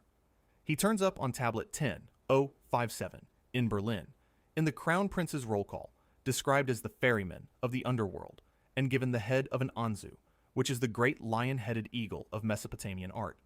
Compare him for a second with the ferryman you already know. Charon, in Greek, has a personal name that means nothing operational, and he takes a coin, and there is a whole folklore about the coin. Humut-Tabal does not take a coin. Humut-Tabal has a work order, and the work order is his name, and he is called by it every time anybody speaks to him. And third, the one this item is really about. Beletseri, Akkadian. Her title is the scribe of the netherworld, and in Akkadian the phrase is Tupsharet Arala, the female scribe of Aralu, Aralu being one of the names of the land of the dead. She is attested in that role early in Old Babylonian incantations of the series called Udughul, and she turns up in the great ritual series Maklu, Sherpu, and Bitmaseri as well. That attestation is set out by Julia Krull in a book from Brill, 2018, on the revival of the Anu cult at late Babylonian Uruk, at pages 52 to 53. She is commonly the Akkadian name of a Sumerian goddess, Geshtinana, as Andrew George set out in 1993. And here is the scene she appears in, and it is the reason this item exists. Epic of Gilgamesh, Akkadian, Tablet 7, The Dream of Enkidu, in Maureen Gallery Kovach's translation from 1989. Enkidu is dying, and he dreams that he is taken down, and this is what he sees. There sat Ereshkigal, the queen of the netherworld. Beletseri, the scribe of the netherworld, knelt before her. She was holding the tablet and was reading it out to her. She raised her head when she saw me. Who has taken this man? Stop there. That is the picture. The oldest surviving image of what is at the far end in the most famous poem the ancient world produced, and what is in it is a woman kneeling with a document, reading it aloud to her superior, and a first question from the throne that is not who are you, and is not what did you do. Now, the mainstream on this one, and here is why this is the most valuable citation in the entire file. The mainstream is not against me. The mainstream is ahead of me. Dina Katz. The same Dina Katz who argues that the seven gates may describe no belief at all, who argues that the judgment scene is about a goddess and not about you, who has been the most effective critic of my argument for the last hour. In the image of the netherworld in the Sumerian sources, CDL Press, 2003, at page 174, she states that Bele Seri was believed to hold a list containing the names of the dead, on the basis of which they were admitted to the underworld. And she goes further than that in her account of the oldest Sumerian material. She argues that what the earliest sources have, instead of a judgment, is Geshtinana, later called Belet Seri, the great scribe of the Irali, who consults a list of those destined to die that day, and admits only those on the list. And Krull adds the detail that the roll mirrors that of the royal scribe in the earthly court. I want you to hear what has just happened, because it is the turn of the whole video. The scholar who argues hardest that there was no judgment of the dead in Mesopotamia is arguing that what there was instead was a daily admissions list, checked against arrivals, by a scribe. She is not conceding my case under pressure. She is the source of it. The registration reading is not a fringe idea that I am pushing against the specialists. It is the specialists' own alternative to judgment. And now, let me give you the honest deflation, because it exists, and it is obvious. This is the Assyrian court, projected onto the cosmos. Of course, the queen of the dead has a vizier, a doorkeeper, and a scribe, because that is what a queen has. If you had asked a Babylonian to imagine any powerful person's household, he would have produced a vizier, a doorkeeper, and a scribe, because that is the only kind of powerful household he had ever heard of. The finding is about Mesopotamian society, not about death. Take that. It is true. And then say the thing that survives it. Whatever the reason, however banal the mechanism of imagination, the oldest surviving picture of what happens when you die is a picture of somebody reading your name off a document. 5 things underneath. First, the queen's question. Who has taken this man? Not who is this man? Not what has this man done? Who brought him in? That is a chain of custody question. It is the question you ask when a person arrives in your building and you need to know which of your officers is responsible for the transfer. The first words out of the mouth of the queen of the dead are an administrative query about an escort. Second, the names are functions, all of them, without exception. Namtar is fate. Humutabal is take him away quickly. Bidu is open up. Belet Seri is the scribe. Nedu heads the list. Enkishar, Endesharima, and the rest fill it out. Go through the entire staff of the Mesopotamian netherworld and try to find one being whose name is not a job description or a title. Nobody down there has a name that isn't a job. I'm going to say that sentence a few more times tonight. Third, the vizier runs an enforcement arm and it operates on the living. 60 diseases, released on order. Whatever else Namtar is, he is a manager whose department reaches up out of the ground and touches people who are not dead yet. The administration of the dead is not sealed off from the world. It has a field operation. Fourth, the bureaucracy visibly grows between the languages. The Sumerian poem has no vizier. The Akkadian has one and gives him a wife with a title and a disease department. That is not a decay from an original revelation. That is a story acquiring staff over 800 years, the way institutions do. And it is honest to say so, because it cuts against any claim that we are looking at a memory of something real. What we are looking at is a picture that gets more and more like the palace of the people drawing it. And fifth, go back and look at the ferryman one more time. Humatabal. Take him away quickly. Somewhere in the second millennium before Christ, a person sat down to imagine the boatman who carries you across, and the name they gave him was not a name at all. It was the thing his supervisor says to him about you. And a sixth thing about the scribe, which I find the strangest detail in this item, and where I have to be careful to separate what the texts say from what I am putting together myself. Her Akkadian name, Belet Seri, means Lady of the Steppe. The steppe, the open country, the empty land outside the towns. That is where, in text after text, the abandoned dead are. The ghost killed with a weapon and left in the steppe. The one who died of thirst out there. The one nobody came back for. The clerk who holds the admissions list is named after the country where the people who never make it onto the list are lying. I want to be clear that no tablet draws that connection. The connection is mine, and I am flagging it as mine, and I still cannot stop looking at it. And the second thing, which is not my inference but a Mesopotamian equation, and which is stranger still. Belet Seri is commonly the Akkadian name of a Sumerian goddess called Geshtinana, and Andrew George set that identification out in 1993. Now, where have we already met Geshtinana tonight? She is Dumuzi's sister. She is the one who, at the end of Inanna's descent, takes half of every year in the netherworld so that her brother only has to spend the other half down there. So on the Mesopotamians' own equation of those two names, the woman kneeling in front of the queen of the dead with the register in her hands is also the woman who volunteered to be one of the dead for 6 months a year, in her brother's place, forever. The clerk is also a substitute.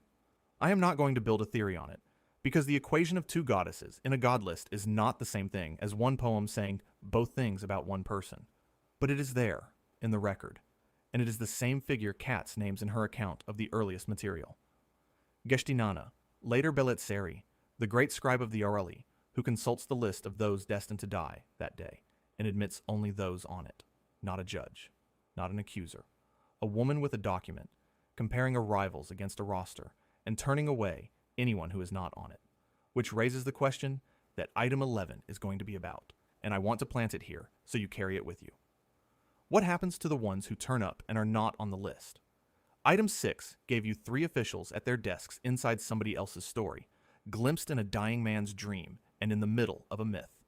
Item 7 is the one text that is not a story at all, where nobody is dreaming and nothing is happening, and a living man simply stands in the land of the dead and counts the staff. This is the anchor. Vorderasiatisches Museum, Berlin. Inventory number 5 AT 10057. Cuneiform Digital Library number P337164. Excavated at Assur in northern Iraq. Neo-Assyrian, 7th century before Christ. Language, Akkadian. Its modern scholarly title is The Underworld Vision of an Assyrian Crown Prince. First published by Wolfram von Soden in the Zeitschrift für Assyriologie, Volume 43, 1936, pages 1 to 31. Standard Modern Edition, Alastair Livingstone. Court Poetry and Literary Miscellanea. State Archives of Assyria, Volume 3. Helsinki University Press, 1989, text number 32. Free to read online, right now, at the Auric Corpus. The address is on the screen, and I would like you to go and check me. 2 things I am not going to tell you about this tablet, because they are not on record. I am not going to tell you how big it is. No dimensions are published for tablet 10057, and I am not going to make one up so the shot looks better. And I am not going to give you its excavation number, because there isn't one on record either. Here's what happens in it. A man goes down. He is a crown prince, and he names himself at line 27 of the obverse. In those days, Kuma, son of, and then the tablet breaks. His father's name is gone, snapped off. That is why there is a scholarly argument about who he was at all, and I would rather tell you that the crucial word is missing than pretend the identification is settled. Von Soden proposed that the prince was Ashurbanipal. The internal evidence points somewhere else for the dead king inside the vision, because at line 24 of the Reverse That Dead King, is the one for whom the god Asher decreed the building of the holy Akitu house of the plain, surrounded by a garden of abundance, the likeness of Mount Lebanon. Sennacherib built the Akitu house at Asser. I am citing the line, not somebody's summary of it. And then the prince starts listing. I saw Namtar, the vizier of the underworld, who fashions the visceral omens. A man stood before him, while he held the hair of his head in his left hand, and wielded a dagger in his right. Humut Tabal, the ferryman of the underworld, had an Anzu head. Nedu, the porter of the underworld, had a lion's head, and human hands. His feet were those of a bird. Total Evil had 2 heads. One was the head of a lion. The second was the head of, and again, the tablet breaks. And then, after all of them, this. Of 2 gods, I did not know the names. And then the line that made me build the whole video around this object. In all, 15 gods were present. I saw them and saluted them in prayer. Let me give you the 15 in Livingstone's renderings, and I have to flag something about those renderings first, because it is the kind of thing that gets a channel corrected. Livingstone translates several of these names into English, rather than transliterating them. So when you see Death, and the Oath, and Total Evil, and the Upholder of Evil on the screen, those are English words standing in for Akkadian ones. And if I put the Akkadian next to them, that is my gloss, and not his. Namtar, the vizier. Namtar II, his wife, with a cherub's head. Death, with a dragon's head. The evil genie, crowned, with the feet of an eagle, trampling a crocodile. Aluhapu, with a lion's head. The upholder of evil, with a bird's head and wings. Humut Tabal, the ferryman, with the head of an Anzu. The ghost with an ox's head. The evil spirit, with a lion's head and the feet of an Anzu. Shulak, who is a lion standing on his hind legs. The Oath, with a goat's head. Nedu, the porter, with a lion's head and the feet of a bird. Total Evil, with 2 heads. Mura, with 3 feet, 2 of them a bird's and 1 a bull's, and 2 he cannot name. And then, separately, a man black as pitch, in red armor, trampling a snake. And Nergal himself, on the throne. Now the mainstream at full strength, and it is strong here. This is Neo-Assyrian court literature with a political job to do. It is most likely a warning aimed at a crown prince, composed or curated inside the scholarly circle attached to the palace, and the text itself ends by being reported back to the palace, which tells you where it lived. The hybrid beings in it are not eyewitness testimony to anything. They are the standard visual vocabulary of Mesopotamian protective art. Lion-headed figures, bird-footed figures, Anzu-headed figures. Those are exactly what appears on the apotropaic figurines that Assyrians buried under their thresholds and on the reliefs they carved into their walls. The prince is not describing what he saw in the land of the dead. He is describing the sculpture he grew up looking at. There is serious published scholarship on this tablet, and I will name it so you can go and read it rather than take my characterization of it. Seth Sanders, in the Journal of Ancient Near Eastern Religions, Volume 9, Part 2, 2009, pages 151 to 169. Mehmet Ali Atas, in Iraq, Volume 66, 2004, pages 67 to 76. Johannes Bach, in a Brill volume from 2018, pages 69 to 92. And A. Lokshanov in the Journal of Ancient Near Eastern History, Volume 3, Part 1, pages 39 to 55, published in 2017. And I want to be scrupulous about that last one, because its title alone is a warning shot at me. It is called An Egyptianizing Underworld Judging an Assyrian Prince?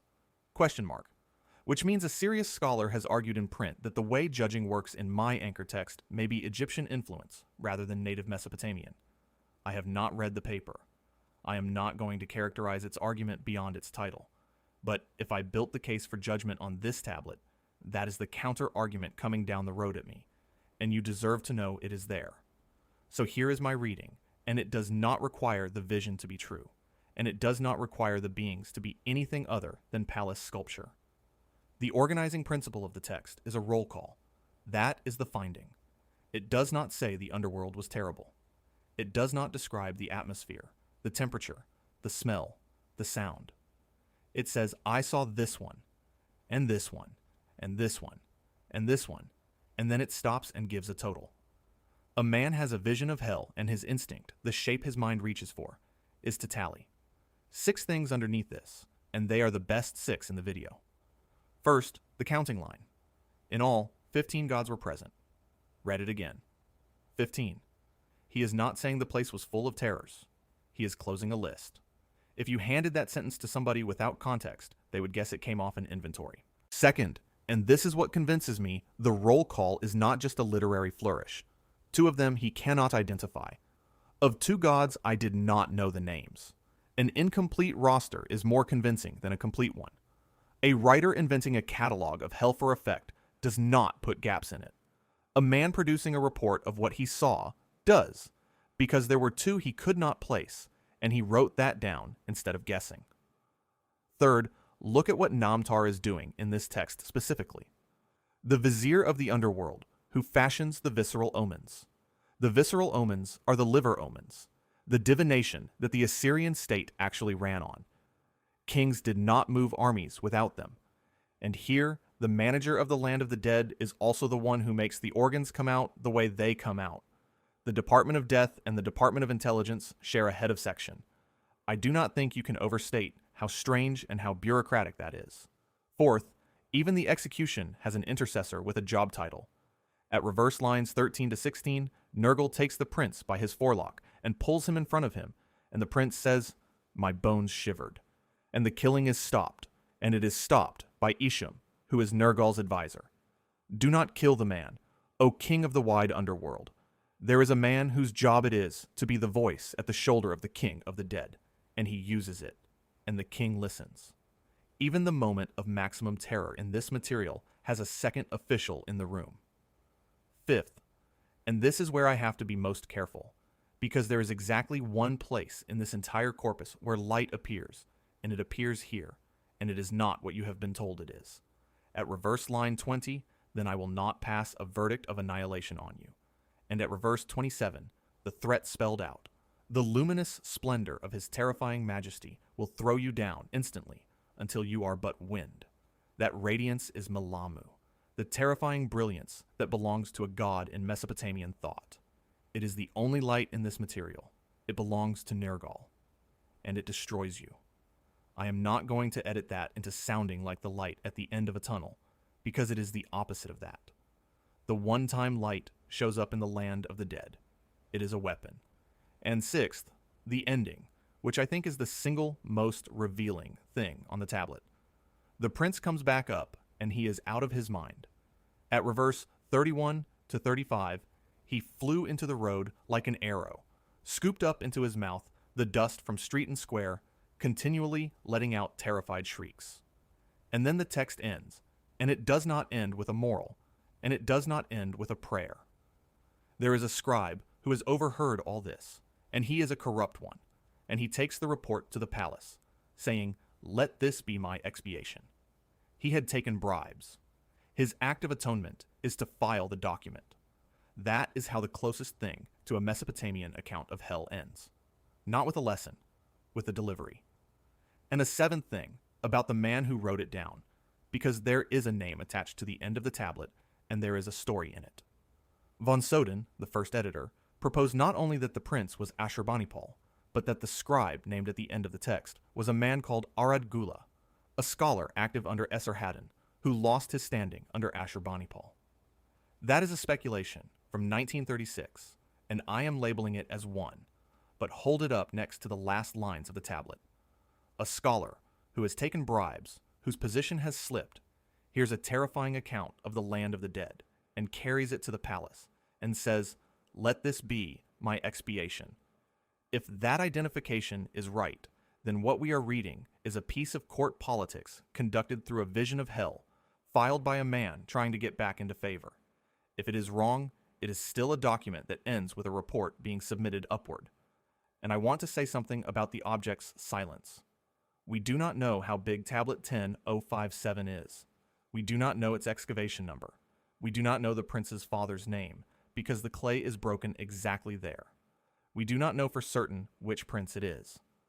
4 of the most basic questions you could ask about the central object of this video have no answer, and the honest thing is to leave the holes where they are. What we do know is remarkable enough. More than 16,000 clay tablets came out of Assur and went to Berlin. Among them was this one. It sat there for 22 years before anybody read it out. Then it appeared in German in a technical journal in 1936, in a country that was about to make itself unreadable to the rest of the world for a decade. Then it sat again. Then, in 1989, a Scottish Assyriologist working for a Finnish project funded by the Finnish Academy, in cooperation with the same German society that had dug it up 75 years before, published the edition that put it into English. And now it is free, online, in a searchable corpus, and any person watching this can read the whole thing in 10 minutes without paying anybody. And say the language out loud one more time. Tablet 10-057 is not Sumerian. It is Akkadian in the Neo-Assyrian dialect, and roughly 2,000 years younger than the earliest Sumerian material I have been quoting. The staff photograph is late. The doorkeeper is early. The list is in the middle. When I say Mesopotamian, I mean a span of time longer than the distance between us and the Roman Empire, and I am not going to flatten it. And an eighth thing, which is about the dig, and about why this particular object has something most of its rivals do not. Ashur is a mound on the Tigris in northern Iraq called Khalat Shirkat now. Friedrich Delitzsch started work there in 1900, and the sustained campaign ran from 1903 to 1914 under the German Oriental Society, led by Robert Koldewey and then by Walter Andre. 11 seasons. Andre was an architect by training, and it shows because what came out of that dig was not just objects, but a recorded city, and the finds went to Berlin with their find spots attached. Hold that against the other great tablet source in this video. The British Museum's own Ashurbanipal Library Project says the Nineveh tablets came from 4 separate locations on the mound, and that it is now very difficult to determine when and where each tablet was found. That is the museum saying it about its own most famous collection. For tablet 10-057, the answer is Assur, on the record in the catalog. In this field, that is the difference between an object and a rumor. And now, the thing I keep coming back to, which is a question about genre rather than about clay. The only text in 3,000 years of Mesopotamian writing that lays the land of the dead out as a staff list is not a religious text. It is not a hymn, not a ritual, not an incantation, not a myth. It is a report of a nightmare had by a member of a royal family, written down inside the palace scholarly circle, and filed upward by a corrupt official as an act of atonement. That is the only reason we have it. If that scribe had kept his mouth shut, or if he had not taken the bribes that gave him something to atone for, there would be no roster. So the closest thing we possess to an organization chart of the Mesopotamian afterlife survives because of an administrative act, performed for administrative reasons, by a man in trouble at work. I am aware that is almost too neat. I am telling you anyway, because it is what the tablet says about itself in its own last 5 lines, and I did not have to reach for it. Item 7 was about the staff standing at their posts, seen and counted, and it was static, a photograph. Item 8 is about movement, about what it costs to go in and what it costs to come out. And the contrast is that where item 7 had nobody moving at all, here nothing moves without a payment.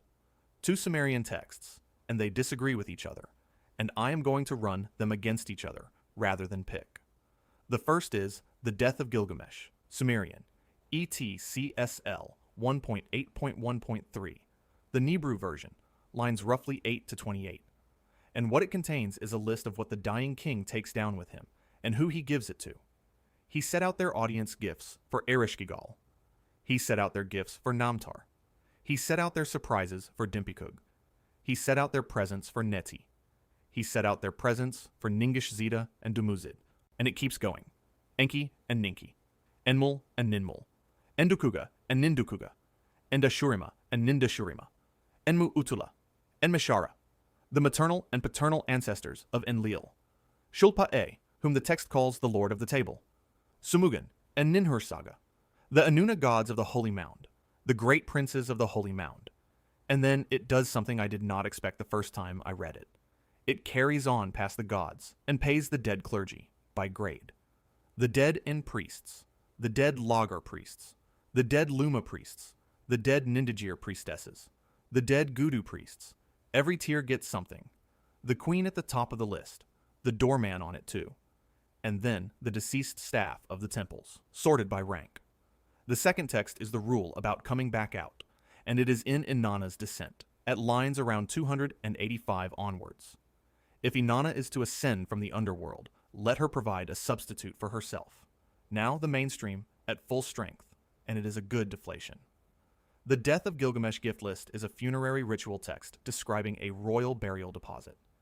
It is grave goods, cataloged in a poem the same way they were cataloged in life. And we know Mesopotamians buried the dead with property because we have dug the graves up. And the Sumerian word in play is kadra, an audience gift. Bringing a present when you are admitted to the presence of a superior is simply how that society worked at every level, from a farmer approaching an official to a king approaching a god. It is gift exchange. It is not a toll booth, and calling it a tariff is importing a modern turnstile into an ancient courtesy. Take all of that. And then look at the list again. A fixed set of named recipients, ranked by office, each receiving something appropriate to their position, including the doorkeeper and including the dead clergy sorted by grade. Whatever the culture called it, and whatever the etiquette around it was, a schedule of payments to named officials in order of rank is a schedule. And the substitute rule is not a gift idiom at all. It is a different kind of thing entirely. Nobody leaves unless somebody else goes down. The total does not change. That is not manners. That is a conservation rule written into the fabric of the arrangement, and it is enforced by staff who cannot be bought.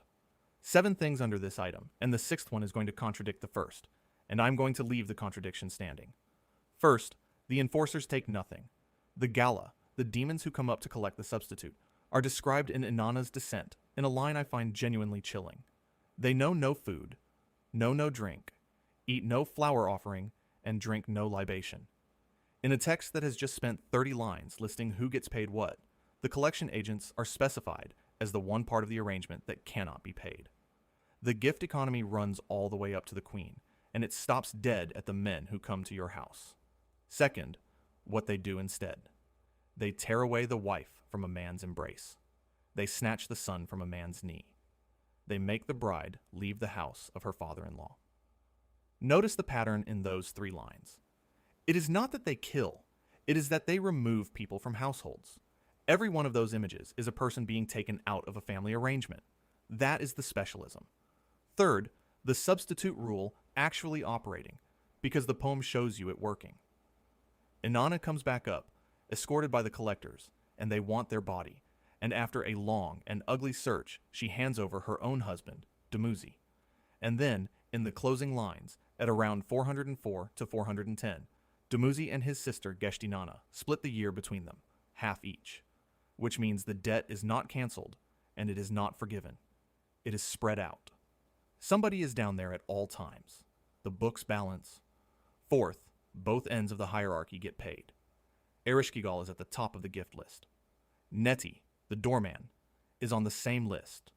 That is a full tipping structure, from the queen down to the man on the door, which is exactly what you would find if you were being admitted to any Mesopotamian palace with something to ask for.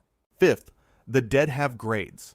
That list runs past the gods and pays the deceased priesthood by rank in Lager, Luma, Nindigir, Gudu, which means that in that poem, being dead does not flatten you. You keep your grade. The temple hierarchy continues underground, and you bring gifts appropriate to a man's rank whether or not he is still breathing. Sixth, and here's the contradiction. There is a second Sumerian poem in which somebody tries to bribe one of these incorruptible enforcers, and the text treats it as an entirely reasonable thing to attempt. It is called Ningish Zeta's Journey to the Netherworld, Sumerian, ETCSL 1.7.3. A young god is being taken downriver by boat. His sister, Amashilama, gets onto the barge, confronts the demon escorting him, and says, "The ill-intentioned demon may accept something. There should be a limit to it for you." And she offers the lapis lazuli beads from her hips as payment. So in one Sumerian poem, the collectors know no food and no drink and cannot be reached. And in another Sumerian poem, a sister climbs onto the boat and starts negotiating, and the poem does not treat her as a fool. I am not going to smooth that over. Those are 2 texts in the same language about the same kind of being, and they do not agree. and the honest thing is to put them side by side and let you look at them. And seventh, from that same journey text, the economics of the place. The river of the netherworld produces no water. No water is drunk from it. The fields of the netherworld produce no grain. Nothing is generated down there. Not a drop, not a grain. Which means everything that sustains anybody has to be sent in from outside, from up here, by somebody who is still alive. Hold that thought, because it is the premise the next several hours rest on.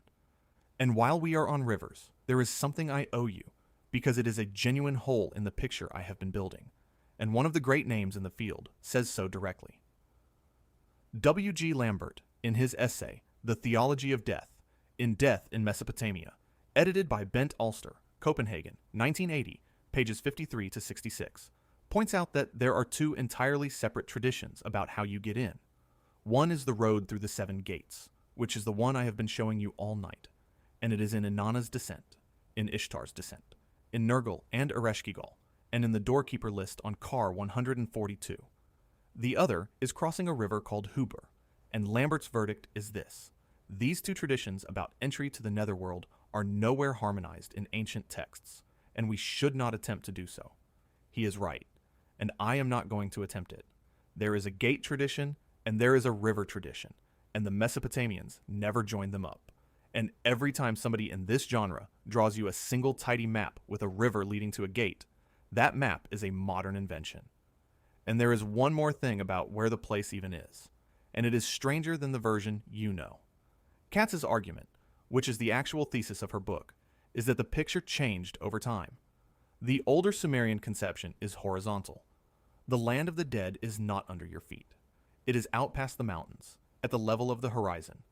That is why the ordinary Sumerian word for it is Kur, which literally means mountain, and also foreign land, and why the vocabulary around it is topographic. The foot of the mountain, the peak, the edge of the mountain. The vertical picture, the subterranean one, comes later and eventually makes the older one obsolete. And you can see it in the Akkadian verb aradu, to descend, and in the Akkadian euphemisms, the house of darkness, the house of dust. And on the older picture, the grave is not the destination. The grave is the entrance to a road. Katz's phrasing is that the netherworld is a part of the realm of the dead, and that they are not the same thing, and that the grave was the entrance to the road leading to the netherworld. And since graves were dug everywhere, she says, departure was possible from any place on earth. Which explains something in the archaeology that is otherwise very hard to explain. In the Death of Ornama, at lines 71 and 73 to 74, the king is buried with a donkey and a chariot, and the poem says, the road of the Kur is a desolate path, and that the road twists, and he cannot advance. And in the ground, at Ur, in the graves, PG 800 and PG 789, and at Kish and at Susa, there are chariot burials and donkey burials and ox burials. And in ordinary graves there are model boats, made in clay, in bitumen, in silver, in bronze. They buried people with transport, not as treasure, as transport. Because there is a road, and it is long, and it twists, and you cannot advance. That is 8 of the 12, and here they are in one sentence each, because you have been with me for well over an hour now, and you should be carrying the whole chain. 1. The first thing at the entrance is a chief doorkeeper, whose name is the command open up, who has to be told, and who cannot decide anything on his own. 2. There are 7 gates, not one, and at each one something is taken while a fixed formula is recited, and the last 2 things taken are the measuring rod and the robe of office, which are her authority and her rank. 3. At the end, there is a bench of 7 who render a decision by looking, and the best scholarship says they are trying a goddess for usurpation rather than judging a human being, and that a judgment with no destinations is not a moral court at all. 4. Somebody wrote the 7 doorkeepers out as a list and totaled it. 7 chief doorkeepers of Ereshkigal, and the same 7 names turn up in different cities under different empires, hundreds of years apart. 5. In the oldest copy of Nergal and Ereshkigal, a god posts a named guard at every numbered position on the way in, and the names are epilepsy, vertigo, collapse, burning fever, scab, wind, and lightning, with a bailiff at gate 5. 6. There is a vizier called Fate who runs a disease department, a ferryman whose name is an order given to him about you, and a scribe who kneels in front of the queen holding a tablet and reading it aloud, and the queen's first question is who has taken this man. 7. One Assyrian text, tablet 10057 in Berlin, does nothing but count the staff, 15 of them, 2 of whom the witness could not identify, and it ends with a corrupt scribe filing the report at the palace as an act of atonement. And 8. Nothing moves in either direction, without payment. The gift list runs from the queen, down through the doorman, to the dead priests by grade. The collectors themselves cannot be bought, and nobody comes up unless somebody else goes down. If this is the version of this subject you have been looking for, the slow one, with the tablet numbers and the arguments against me left in, then take 1 second and subscribe, because a 3-hour video with citations does not spread on its own, and the algorithm buries it. And stay with me, because everything from here is about failure, and the last 4 are the ones that will keep you up. Item 8 was about what it costs to get through the door, which is a question about the journey. Item 9 is about what is waiting on the other side of it, and the contrast is the thing nobody expects. Everyone in this material goes to the same place, and they do not all get the same thing when they arrive. The text is Gilgamesh, Enkidu, and the Netherworld. Sumerian. ETCSL 1.8.1.4, lines 254 to 303. The Oxford Electronic Edition was adapted by Gabor Zolyomi in 1998, with the translation and proofreading by Jeremy Black in 2000, and Graham Cunningham and Eleanor Robson on the team. The current standard monograph edition, and this is the one to cite if you want to be precise, is Alhina Gadati's, published by De Gruyter in 2014. There is also an Akkadian version of the second half of this poem, and it is the thing people call Gilgamesh Tablet 12, and I will come to what that actually is in a minute, because almost everybody gets it wrong. Here is the situation in the poem. Enkidu has gone down into the land of the dead and come back, and Gilgamesh questions him, and it turns into an interrogation. Did you see this kind of man? Did you see that kind of man? And Enkidu answers, category by category. It is the closest thing the ancient world outside Egypt has to a schedule of outcomes, and the primary index is not virtue. It is not faith. It is not what you believed or who you worshipped. It is how many sons you left behind. The man with 1 son weeps bitterly at the wooden peg which was driven into his wall. The man with 2 sons sits on a couple of bricks, eating bread. The man with 3 drinks water from a saddle water skin. The man with 4, his heart rejoices like a man who has 4 asses to yoke. The man with 5, like a good scribe, he is indefatigable. He enters the palace easily. The man with 6 is as cheerful as a plowman. And the man with 7 sons, as a companion of the gods, he sits on a throne and listens to judgments. Read that top tier again, because it is not a reward in the way you would expect a reward. He does not get bliss.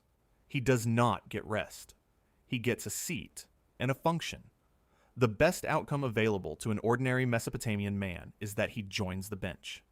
The land of the dead promotes from within, and then the poem turns and goes down the other side of the ladder, and the sentences get shorter and much worse.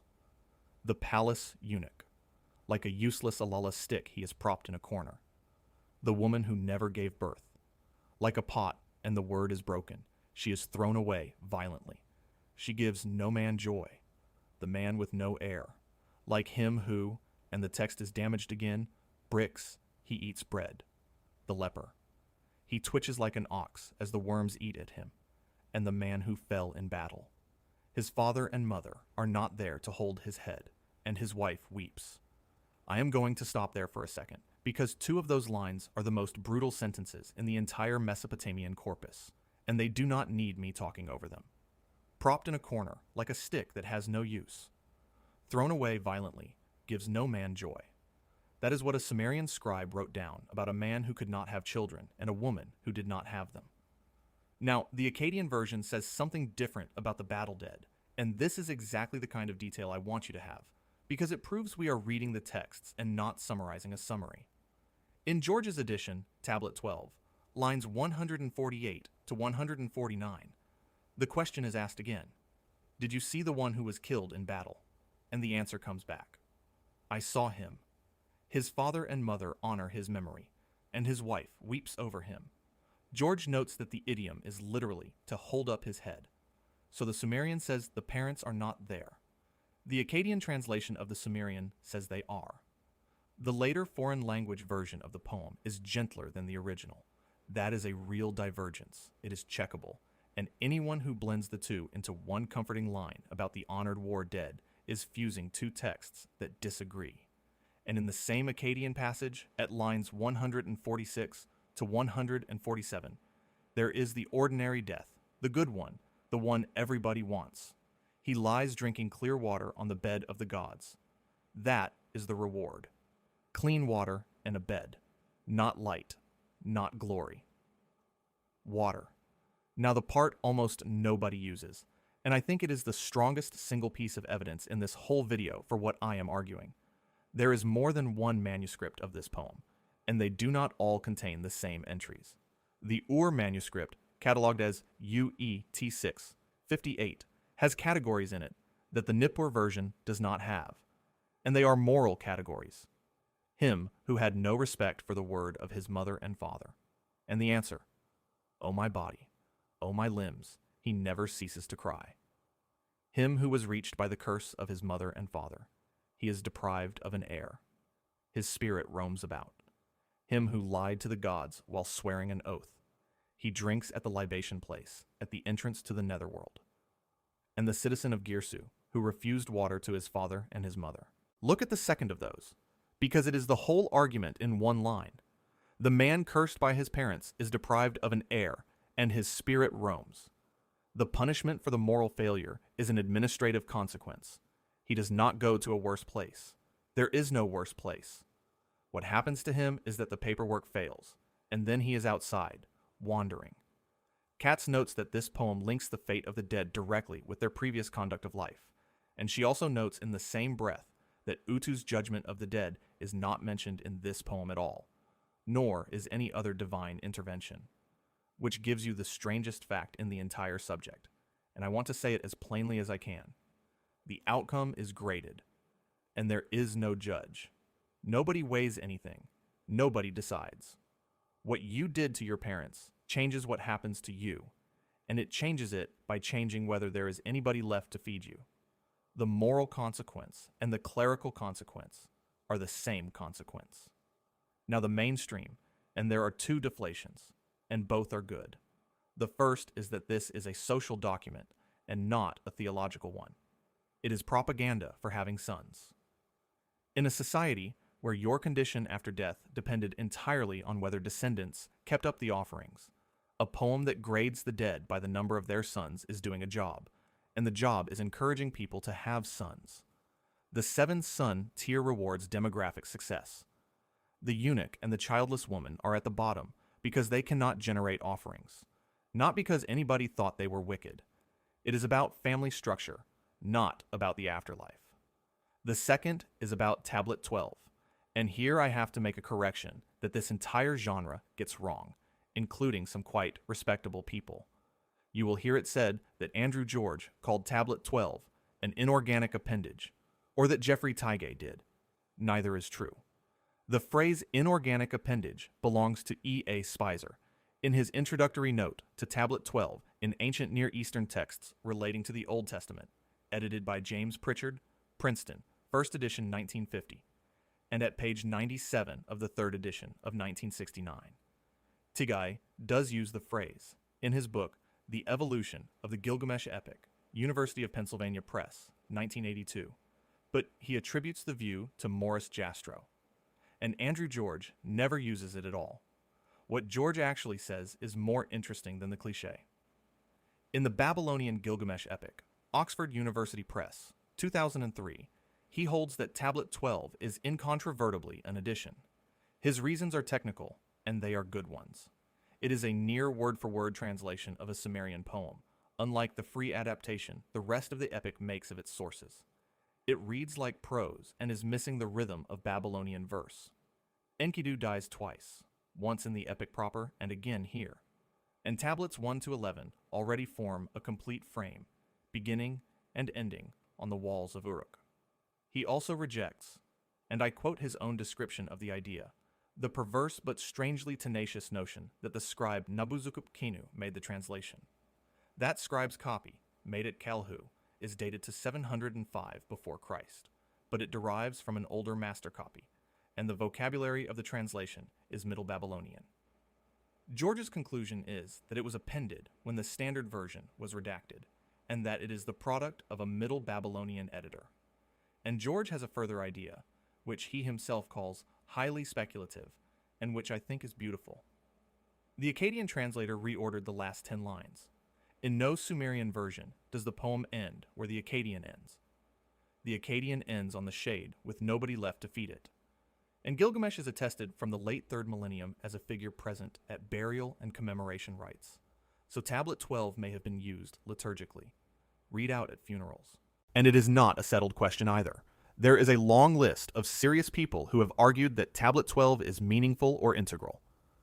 A. Leo Oppenheim in 1948, Jack Sasson in 1972, Bent Ulster in 1974, Anne Draftcorn Kilmer in 1982, who called it a dramatic capstone. Zvi Abush in 1986, arguing it was added to proclaim Gilgamesh's role as king and judge in the netherworld. Simo Parpola in 1993, who wrote that without it the epic would be a torso, and who was attacked for a range of positions by Gerald Cooper in a review article in the Journal of the American Oriental Society, Volume 120, 2000. And Rivka Harris in Gender and Aging in Mesopotamia, University of Oklahoma Press, 2000, at page 127, who states flatly that Tablet 12 is an integral part of the Gilgamesh epic, because its theme is family and the necessity of offspring to perform the offerings. And the best evidentiary defense is Tige's own, at pages 105 to 107. He points out that Tablet 12 is the complement to Enkidu's vision in Tablet 7. Tablet 7 sorts the dead by their privilege in life. Tablet 12 sorts them by their family situation and their manner of death. Two sorting criteria, in one epic, deliberately paired. And in a footnote he notes that Sin Lekionini, the man credited with the standard version, is called a mashmash shu in the scribal catalogs, which is to say, an exorcist, and he wonders whether Tablet 12 was bolted on out of professional interest. Think about that for a moment. The catalog of ghosts, sorted by the manner of their death, may have been attached to the world's first epic poem by a man who dealt with ghosts for a living, because it was his trade material.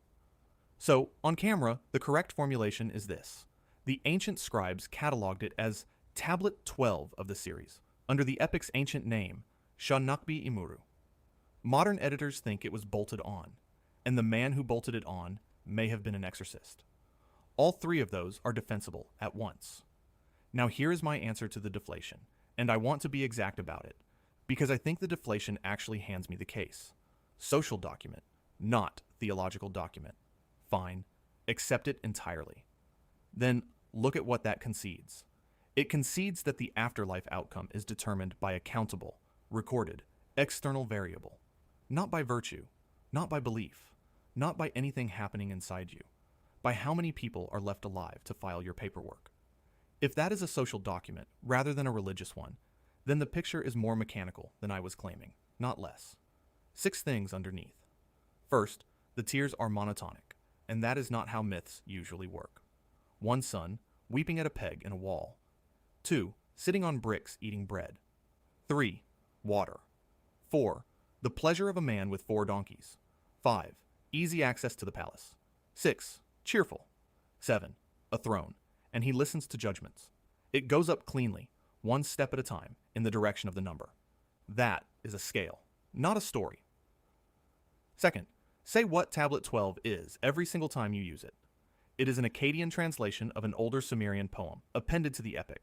Then use it, correctly labeled. Making the correction yourself is free, and it is worth more than an hour of confident assertion. Third, the stillborn children break the pattern completely, and I am going to deal with that head-on in item 11 rather than hide it, because it is the strongest piece of evidence against the argument I am making, and you deserve to see me handle it rather than skip it. Fourth, read the eunuch line and the childless woman line, and then stop talking. I did that a few minutes ago on purpose. Fifth, that 2-language divergence on the battle dead is the single best proof available that this material is worth reading closely. 2 versions of the same question, 600 years apart, and they answer it differently, and the older one is crueler. And sixth, go and look at how small the objects are. K2774 in the British Museum is a fragment of tablet 12, 11.11 centimeters by 5.39, and 1.9 centimeters thick, 15 lines on one side, 13 on the other. Excavated by Layard at Kuyunjik. Its duplicate is K8225, and the British Museum's description of that one names the epic by its ancient opening words. Hold your hand up. That is the size of it. That is the object on which the sorting of the human dead into grades has come down to us. And there is one more thing I owe you on this item, because there is a whole line of evidence that comes not from the tablets, but from the ground, and it points the same way. Caitlin Barrett published an article in the Journal of Ancient Near Eastern Religions, Volume 7, Part 1, 2007, pages 7 to 65, and the title is a question. Was dust their food and clay their bread? And her argument is archaeology against philology. The elite literary texts say dust and clay and darkness and feathers. The graves say something else. The graves contain furniture, jewelry, food, drink, boats and chariots. From her abstract, the archaeological evidence of grave goods suggests that there may also have existed an alternative way of thinking about the afterlife, and that many people may have anticipated a less harsh form of existence after death. And I should say plainly that this is not a running scholarly brawl. Her article has been picked up mostly by mortuary archaeologists, rather than answered by Assyriologists. It is a correction from one side of the field that the other side has largely not engaged with. I am not going to manufacture a feud that does not exist. But notice that Katz gets to the same place from the opposite direction, on purely textual grounds. She argues the dust and clay formula is a late Akkadian topos with no Sumerian equivalent, and she reads the offering lists in the Death of Ur-Nama as explaining exactly those richly furnished graves, and black and green at page 58 of the same handbook that told me there was no judgment. Note that under the third dynasty of Ur, a person's treatment in the afterlife was thought to depend on how they were buried. Sumptuous burial, good treatment. Poor burial, poor treatment. Which is the point. If your condition after death is set by recorded, external, countable things, by how many sons, by how you were buried, by whether the offerings keep coming, then the reading I have been building all night is not a fringe reading at all. It is the ordinary one. Item 9 sorted the dead into grades, and every grade in it, even the worst, even the leper twitching as the worms eat, still has an address, still has a place in the ranking, still exists. Item 10 is about the one thing that is worse than the bottom of the list, which is not being on it, and it has a name in Akkadian, and I can prove the Mesopotamians meant it literally, because the same technical phrase turns up in the world's most famous poem and in a working exorcist's prescription 1,000 years apart. Here are the two places. The first is the Epic of Gilgamesh, Tablet 12, lines 152 to 153, in Andrew George's edition, Oxford University Press, 2003, at page 735. The second is a magical text published by Joanne Scurlock in Magico-Medical Means of Treating Ghost-Induced Illnesses in Ancient Mesopotamia, Brill, Leiden, and Boston, 2006, as her text number 3, lines 1 to 4. The epic first. Sha etamashu pakida la ishu, the one whose ghost has no provider of funerary offerings. And then, the next line tells you what that condition looks like. He eats the scrapings from the pot, and crusts of bread that are thrown away in the street. Now, the exorcist. Lu etemu sha pakida la ishu, or a ghost who has no one to care for him. Let him receive this as his portion, and leave me alone. Same phrase. Pakida la ishu. Has no provider. One of those is world literature, copied and recopied and studied in scribal schools. The other is a practical instruction written down by a man who was called out to a house because somebody in it was ill, and who needed to name the category of dead person he was dealing with so that he could get rid of it. That is the spine of this video, and I want to be very clear about what it proves and what it does not. It does not prove that ghosts exist. It proves that the category was operational. It was not poetry. Somebody who charged a fee used it as a working term, and now the ritual it names, because the failure only makes sense once you know what success looked like, and success was a checklist. The offering is called the Kispu, or Kispum, and Renata McDougall, in her doctoral thesis at the University of Leicester, 2014, sets out at page 149 that it consisted of 3 actions. Kispa Kasapu, to present the funerary offering, minak, to pour the water, and shuma zakaru, to invoke the name. Feed, pour, name. That is it. Those three things, performed monthly on the 29th or the 30th of the month, with a larger annual observance in the month called Apam. The Sumerian equivalent writing is ki.si.ga. And one correction, because it circulates constantly, and it is wrong. Kispu does not come from that Sumerian phrase. It comes from the Akkadian verb kasapu, to break apart. The Sumerian writing is an equivalent, not an ancestor. And there is an office attached, with 3 overlapping names, and this is the detail that turns a family duty into a post. The APLU, written with the Sumerian sign for heir, usually the eldest son. The pakadu, which is the word we just met, and which means the one who takes care of. And the nakmi, the pourer of water. Somebody in every family is that person, and if nobody is, then you are the ghost in the exorcist's text. And to show you it was not an abstraction, here is a Babylonian saying it out loud in a private letter. A woman named Akatijah, writing to her brother Sini. Now I raised one boy thinking, let him be grown up at the time of my burial. That is not a myth, and it is not a hymn. That is a woman explaining her own reason for raising a child, in a letter to family. The mainstream, at full strength, and it is simple, and it is strong. This is ancestor cult. Every settled agricultural society on Earth has some version of it, and the fundamental content is inheritance and property, not metaphysics. The pakadu is the heir.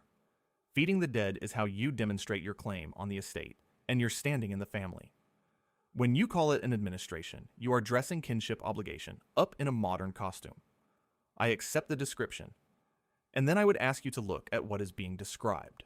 A kinship obligation formalized into a named office with 3 overlapping titles. A fixed procedure with 3 steps in a fixed order. A fixed date, monthly, at the end of the month, plus an annual observance in a named month. A failure state with its own technical phrase. A clinical syndrome produced by that failure, with a name of its own. And a licensed specialist who treats it using a body of 352 cataloged prescriptions. Call that kinship if you like. From the inside, that is what an administration looks like.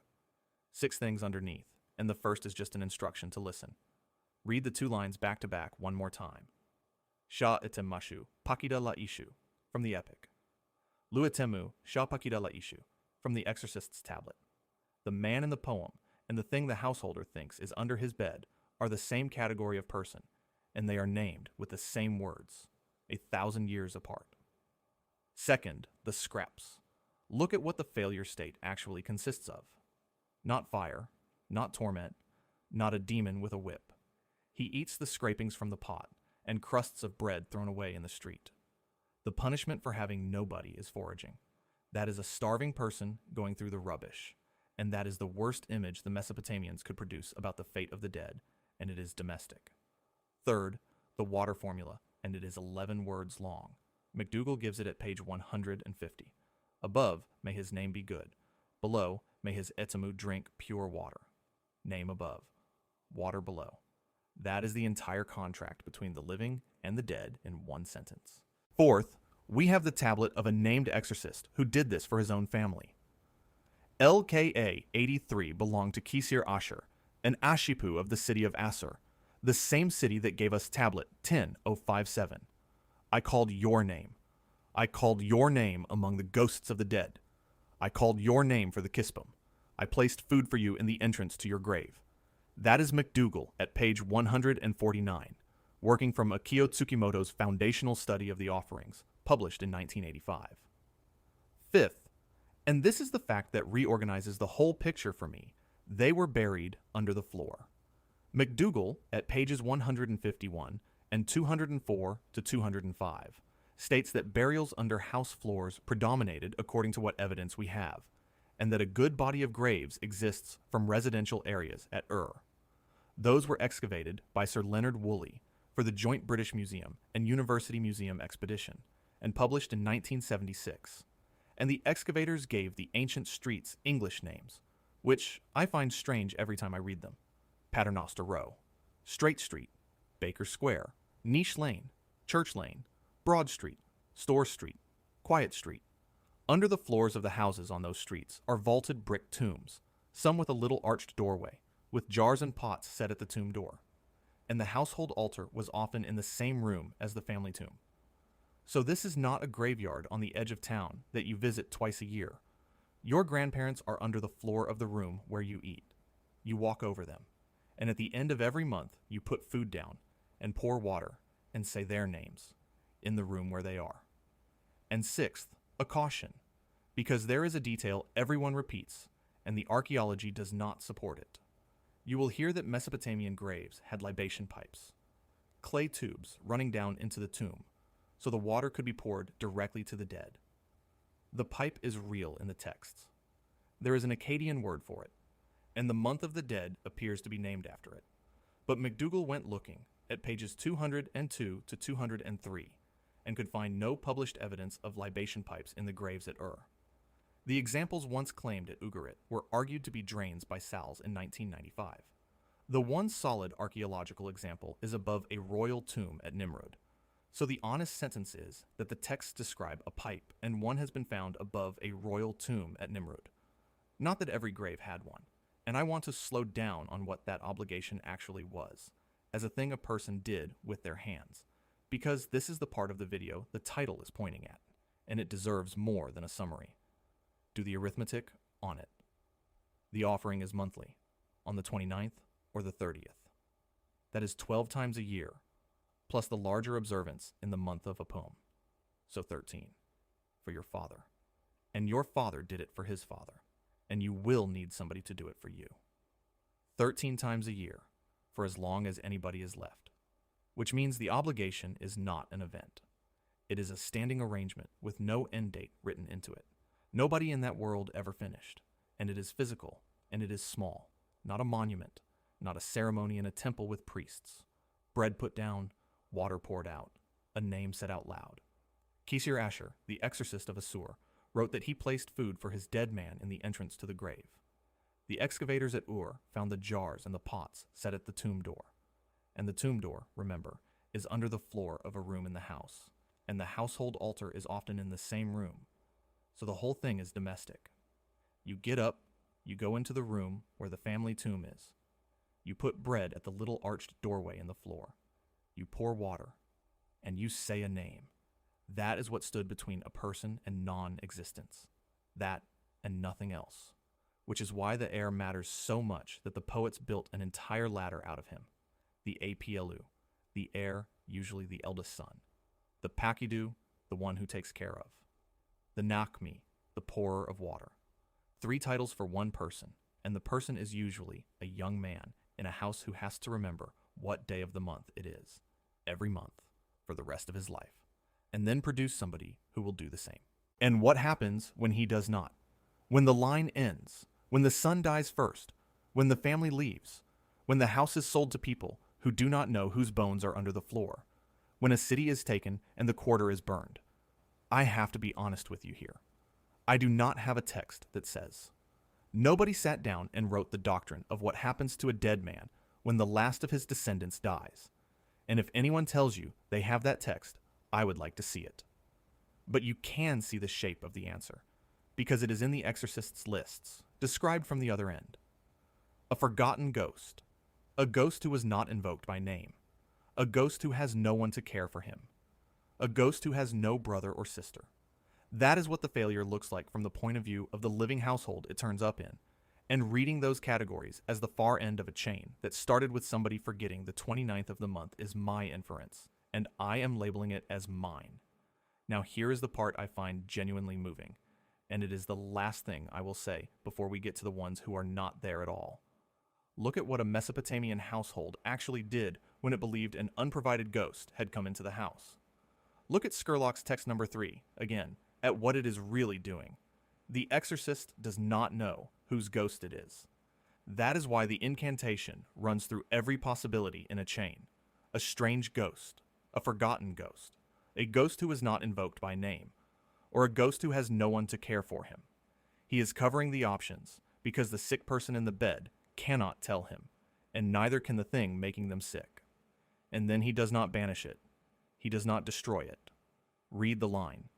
Let him receive this as his portion, and leave me alone. He feeds it. The remedy for an unprovided ghost is to provide for it. A household that has a stranger's dead person in the room gives that dead person a portion, the same bread and water it gives its own, and asks it to go. Which means that somewhere in Mesopotamia, on some evening 3,000 years ago, a family who could not afford it put food down for a person they had never met and did not know the name of, because that person's own family had stopped, and the consequence of stopping had walked into their house. That is the whole of it, in one gesture. The failure state is not fire, and it is not judgment. It is a stranger's ghost at your table, taking the meal that somebody else should have been giving him.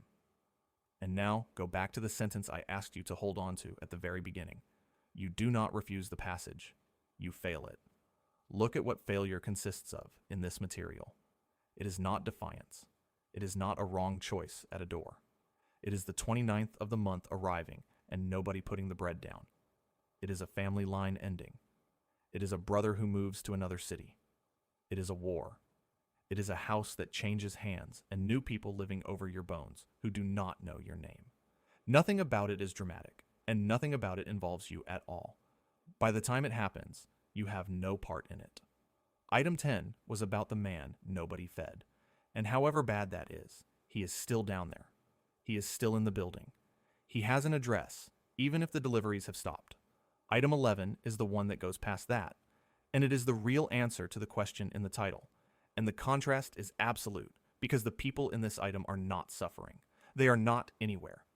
3 sources: Gilgamesh, Enkidu, and the Netherworld. Sumerian, ETCSL 1.8.1.4. George's edition of the Akkadian, 2003, Tablet 12, lines 150 and 151. And Black and Green, the British Museum Handbook, 1992, at page 181. Start with the hardest sentence in the corpus, and I want you to understand the setting first. Enkidu has been down and come back, and he has answered every question. He has found the man with 1 son and the man with 7. He has found the eunuch, the childless woman, the leper, the soldier. He has been able to report on every single category he was asked about. And then Gilgamesh asks him about the man who was consumed by fire. And the answer is this: I did not see him. His spirit is not about. His smoke went up to the sky. The witness who found everyone could not find him. There was nothing there to find. Second, the corpse left lying in the open country. George's Akkadian, Tablet 12, lines 150 to 151. Did you see the one whose corpse was left lying in the open countryside? I saw him. His ghost does not lie at rest in the netherworld. In Akkadian, Etamashu ina erseti ul salil. And third, the modern statement of the rule, from Black and Green, at page 181. Those denied proper burial, those who died in fires and whose bodies burned, or who died alone out in the desert, would have no existence in the underworld at all. Now the mainstream, and it is not really a counter-argument so much as an explanation, and it is completely convincing, and I accept it. This is exactly what you would expect in a culture where the surviving part of a person is materially tied to the physical remains and to the grave as a place where offerings are delivered. Follow the chain. No body, no grave, no grave, no address, no address, no offerings, no offerings, no ghost. It is a logistical consequence and not a doctrine of annihilation. There is no Mesopotamian text anywhere that says the gods destroyed his soul. Nobody condemned him. Nobody sentenced him. The soul simply has nowhere to be, and nothing arrives, and that is the end of it. That is the mainstream reading, and I think it is right. And here is my answer, and it is 1 sentence long. That is the doctrine. In an arrangement where continuing to exist is a function of continuing to be provisioned, the logistics failed and you cease to exist are the same sentence. The Mesopotamians did not need a hell because they had something structurally worse than a hell. A hell is a place. A hell means somebody is still keeping track of you. What they had instead was deletion by administrative failure, and they were unusually specific about which failures cause it. Fire, exposure, dying alone, leaving no descendants, having nobody left to say the name. And now, I want to say the thing I have been building toward all night, because I know what most people watching a video like this are actually afraid of. The 2 things people say under videos on this subject, over and over, are, I hope not, I do not want to go through all of this again, and we do not want to be slaves to this for another lifetime. Both of those are fears about coming back, and I have to tell you that this material offers you no support for that fear at all, because there is no coming back in it. There is no reincarnation in Mesopotamian religion. It is one way, and that is the entire point of the Akkadian name for the place. The soul recycling picture, the idea that the light is a farm and you are the crop, is not from here. The trap version is Gnostic and Tibetan, and I gave you the dates at the start. 2nd to 4th century after Christ in Egypt, 14th century in Tibet, 1927 in English, 1975 for the tunnel, 1982 for the sentence everybody quotes, so you can put that fear down. And then pick up the one they actually had, because it is worse. They were not afraid of being sent back. They were afraid of being left out. Not punished, not tortured, not reborn. Forgotten in a way that is not metaphorical, where the forgetting is the mechanism, and the mechanism does not run on your soul. It runs on whether a living person in a house somewhere remembers what day of the month it is. And since I have told you that the fear is imported, I owe you the receipt on where it was imported from, decade by decade, because it is a short and very recent list, and almost nobody has ever laid it out for you in order. The oldest piece of it is not Mesopotamian, and it is not even close. In the Gnostic material from Egypt, in the 2nd to 4th centuries after Christ, in a text called Pistis Sophia, there is a cup of forgetfulness, and a soul is made to drink it and sent back into a body. That is the memory wipe and the forced return, and it is Egyptian, and it is roughly 2,500 years after the Sumerian texts I have been reading you. In the Mandaean material in Iraq, from the 1st to the 3rd century after Christ at the earliest, there are stations on the soul's way up, called Matarta, and that is the toll house idea, and it is also thousands of years downstream from Sumer. And then it goes modern, and it goes fast. 1975, Raymond Moody, Life After Life. The tunnel and the light enter the culture as the standard death image. 1982, Poltergeist. The sentence "do not go into the light" enters the language, backwards. 1985, Robert Monroe, Far Journeys. The idea that human beings are farmed for emotional energy. I am naming the author, the title, and the year, and I am not going to quote his exact terms because I could not verify the page. 1991, Val Valerian, Matrix 2. The SoulNet and the Prison Planet, laid out as a coherent scheme. And I will tell you that there is a widely repeated claim about who that author really was, and that I could not verify it from more than one source, so I am not going to say it. The mid-1990s, Robert Morning Sky, The Terra Papers, which is the text where the tunnel becomes, in so many words, a place where souls are regenerated and reused, and where you are told to turn away from it. Some listings put it in 1980, and I do not believe them. The solid anchor is a condensation published in a magazine in March and April of 1996, 1997, and again in 2010. Nigel Kerner, With the Greys Harvesting Souls by Way of DNA.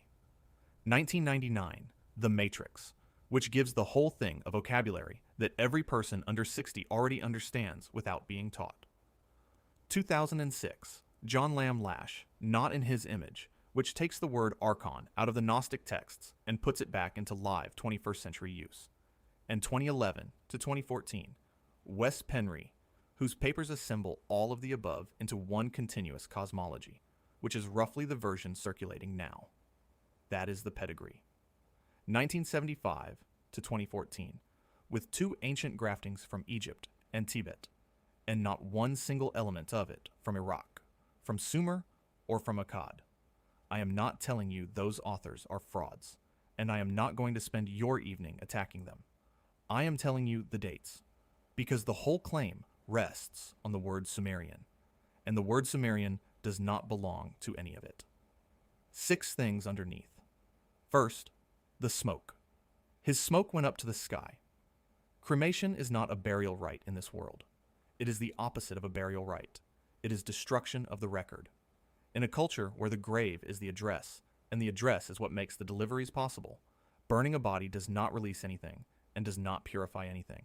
It deletes the file. and that is why the man consumed by fire is not merely in a worse condition than everyone else in the catalog. He is absent from the catalog. Enkidu looks for him and reports that there is nothing there. Second, and I promised you this one, the stillborn children. This is the strongest single piece of evidence against everything I have argued tonight, and I would rather hand it to you myself than have you find it later. In the same Sumerian poem, the same interrogation, Gilgamesh asks about the babies who were born too early, the ones who never lived, and the answer is this: they play at a table of gold and silver, laden with honey and ghee. That is the best outcome in the entire Mesopotamian corpus. Not the man with 7 sons on his throne listening to judgments. Children who never drew breath, playing at a table of precious metal with honey and butter on it. And they are the only category in the whole catalog with no record at all. No sons, no burial that anybody would remember, no name that was ever spoken in a house, no deeds, nothing to file, and they get the gold table. That does not fit my argument cleanly, and I am not going to pretend that it does. If the whole thing were a machine that sorts you by your file, the ones with no file should be nowhere, and instead they are at the best table in the building. And I owe you one more warning on that passage, because it is a sourcing trap that catches everybody. Those children do not survive in the Akkadian Tablet 12. Spizer's translation in ancient Near Eastern texts jumps from line 118 to line 145 because the Akkadian is broken there. Alexander Heidel, in the Gilgamesh Epic and Old Testament Parallels, University of Chicago Press, 1946, at pages 100 to 101, filled the gap by restoring it from the Sumerian. Which means any English Gilgamesh Tablet 12 you find that contains the stillborn children has silently borrowed them from another language. Whether they ever stood in the Akkadian gap is unverified. Attribute that line to the Sumerian poem, and only to the Sumerian poem. Third, look again at the phrasing about the unburied man, because it is not emotional, it is spatial. His ghost does not lie down in the netherworld. Ina erseti ul salil. He is not in there. Which raises the obvious question, and the Mesopotamians answered it without hesitation. If he is not in there, he is out here. That is what a ghost is in this material. It is not a visitation from beyond. It is a person who never got in. Fourth, and this is the part that convinces me the exclusions were taken seriously. We have the list of them, and it is not on a literary tablet. It is on a working one. Scurlock's texts number 3 and number 18 enumerate the kinds of dead person an exorcist expected to be dealing with. A strange ghost. A forgotten ghost. A ghost who was not invoked by name. A ghost who has no one to care for him. A ghost who was killed with a weapon. A ghost who died as a result of a sin against a god or an offense against the king. A ghost who has no brother or sister. A ghost abandoned in the steppe. Go back through that and notice what almost all of them have in common. Not wickedness, not damnation, administrative discontinuity, not invoked by name, no one to care for him, no brother or sister, abandoned, forgotten. Those are all the same failure, described from different angles, and the exorcist has to name the category correctly because the remedy depends on it. Fifth, the manner of death gets its own set of categories, and Scurlock gives them verbatim at pages 5 to 7. The ghost of one who was killed with a weapon and abandoned in the steppe afflicts him. The ghost of one who died of thirst. The ghost of one who died in water. The ghost of someone burned to death. And the general one, the hand of a roving ghost. Every one of those is a death that happened away from home, or that made a normal burial impossible, or both. Killed and left where he fell. Died of thirst, which means alone, out there. Drowned, which means no body. Burned, which means no body at all. This is a list of the ways a person can die, such that the family cannot complete the procedure. It is a catalog of the circumstances that break the chain. And sixth, a thing I am not going to say, even though every popular source on this subject repeats it. You will be told that the Ardat lily is the ghost of a woman who died in childbirth, and that such women became restless spirits. There is no verified Mesopotamian doctrine of that kind. Skurlock treats the Lilu and the Ardat Lily as demons, listed separately from ghosts, and states that ghosts did not cause obstetric illness at all. So I am cutting it, and I am telling you that I am cutting it, because that is the difference between this and the version of this video you have already seen.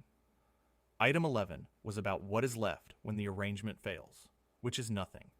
Item 12 is the other end of the same question, and the contrast is one of manufacture against destruction, because it asks what the thing that fails actually is, where it came from, and why it was put in you in the first place. The text is Atrahasis, Akkadian. Tablet 1, in the region of lines 208 to 230. The standard edition is W. G. Lambert and A. R. Millard. Atrahasis, The Babylonian Story of the Flood. Clarendon Press, Oxford, 1969, later reissued with Miguel Seville. But the translation I'm going to read you is Benjamin Foster's, and I want to tell you why. Because it matters. I could not verify the exact wording of the Lambert and Millard rendering of these lines. So, rather than put a famous phrasing on the screen and attach a famous name to it that I have not confirmed, I am reading Foster, and I am telling you it is Foster. Here is the scene. The gods are on strike.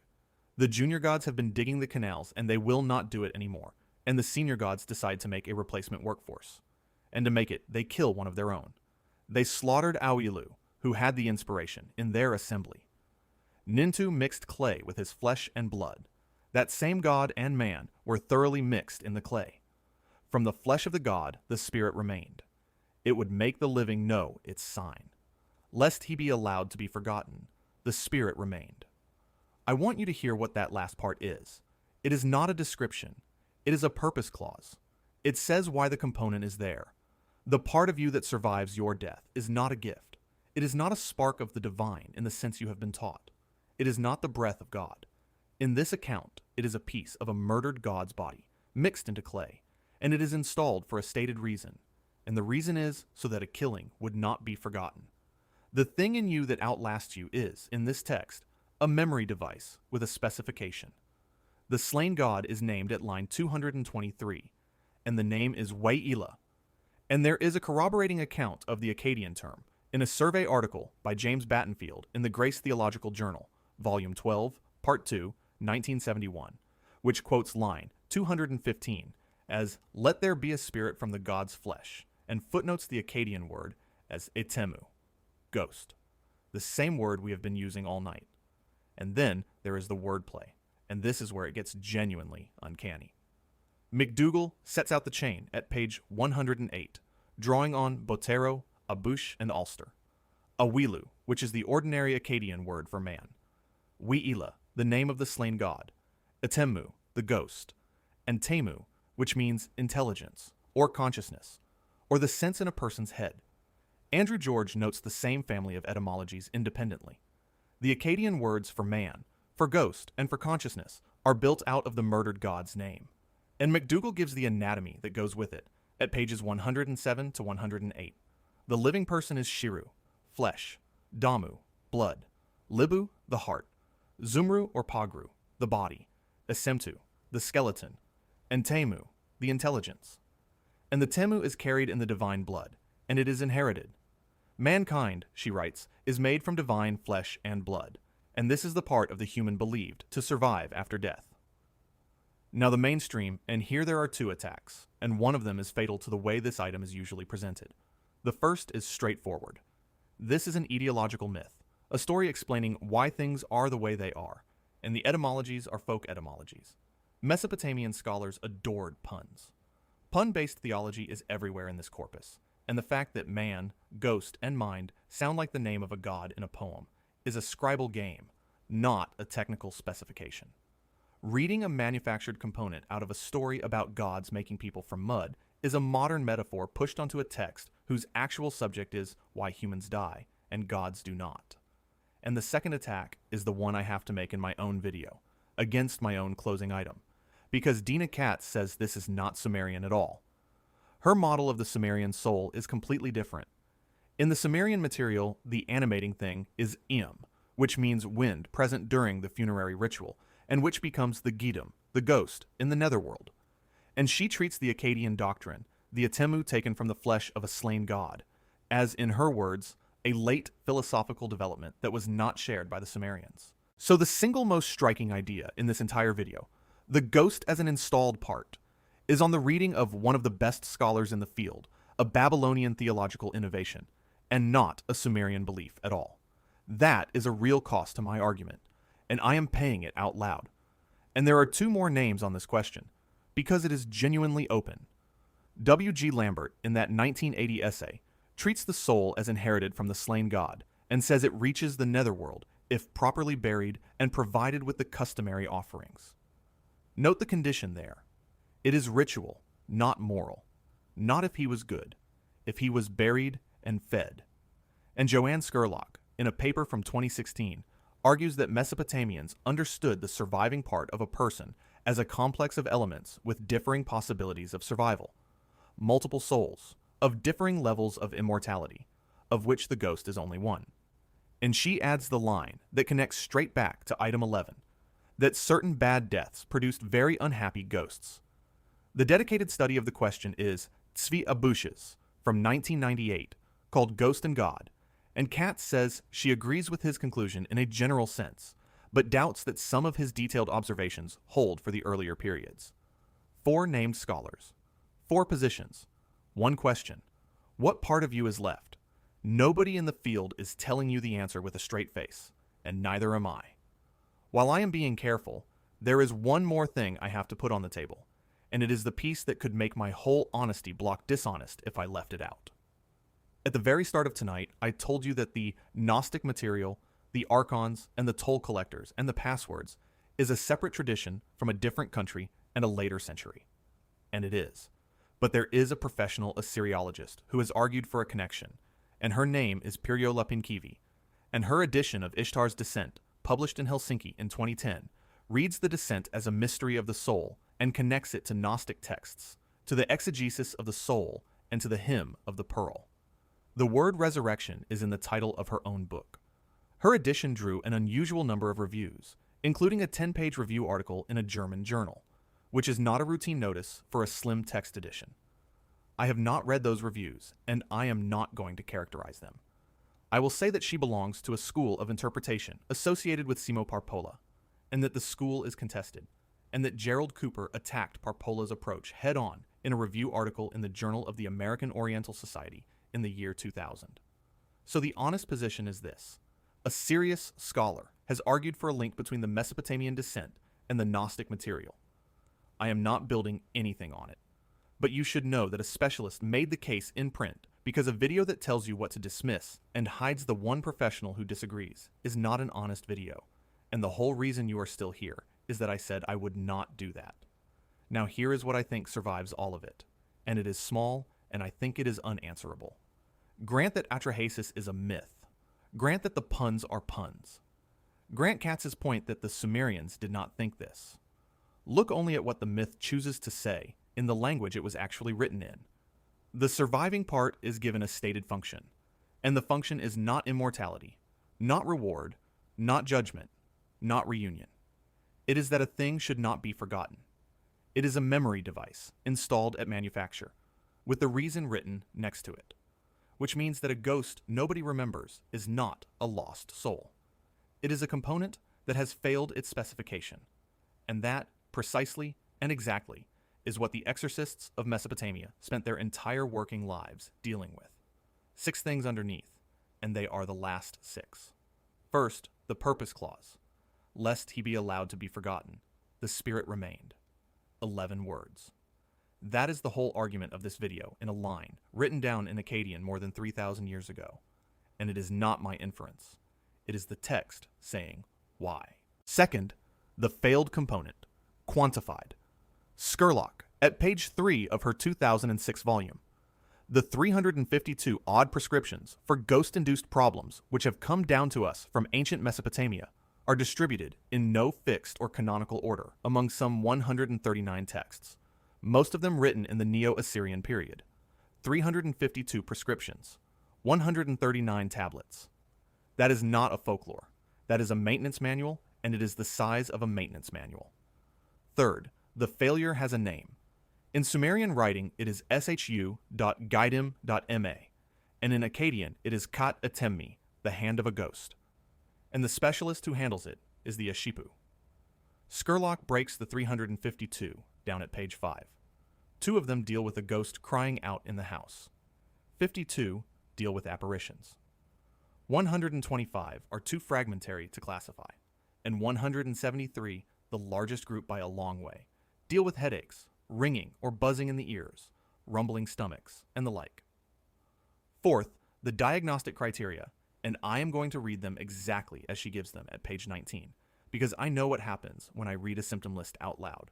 Persistent, intense, or one-sided pain, roaring or ringing or sharp pains in the ears, dehydration and mental disturbances, particularly nightmares or hallucinations. And at page 14, the specific one, if a person's ears continually ring. I am not diagnosing you. I am telling you that 3,000 years ago, there was a profession in the cities of Iraq whose members would have looked at that list and looked at you and reached a conclusion about somebody in your family who is not being fed. Fifth, and this is the detail that made me sit back the first time I read it. The ghost reenacts its own death in the body of the living person. Skurlock, at pages 5 and 6. If his breath is continually short, like one who has just come up from the water, then the hand of the ghost of one who died in the water afflicts him. If he continually strikes his face and screams, the ghost of someone burned to death afflicts him. The symptom carries the signature of the death.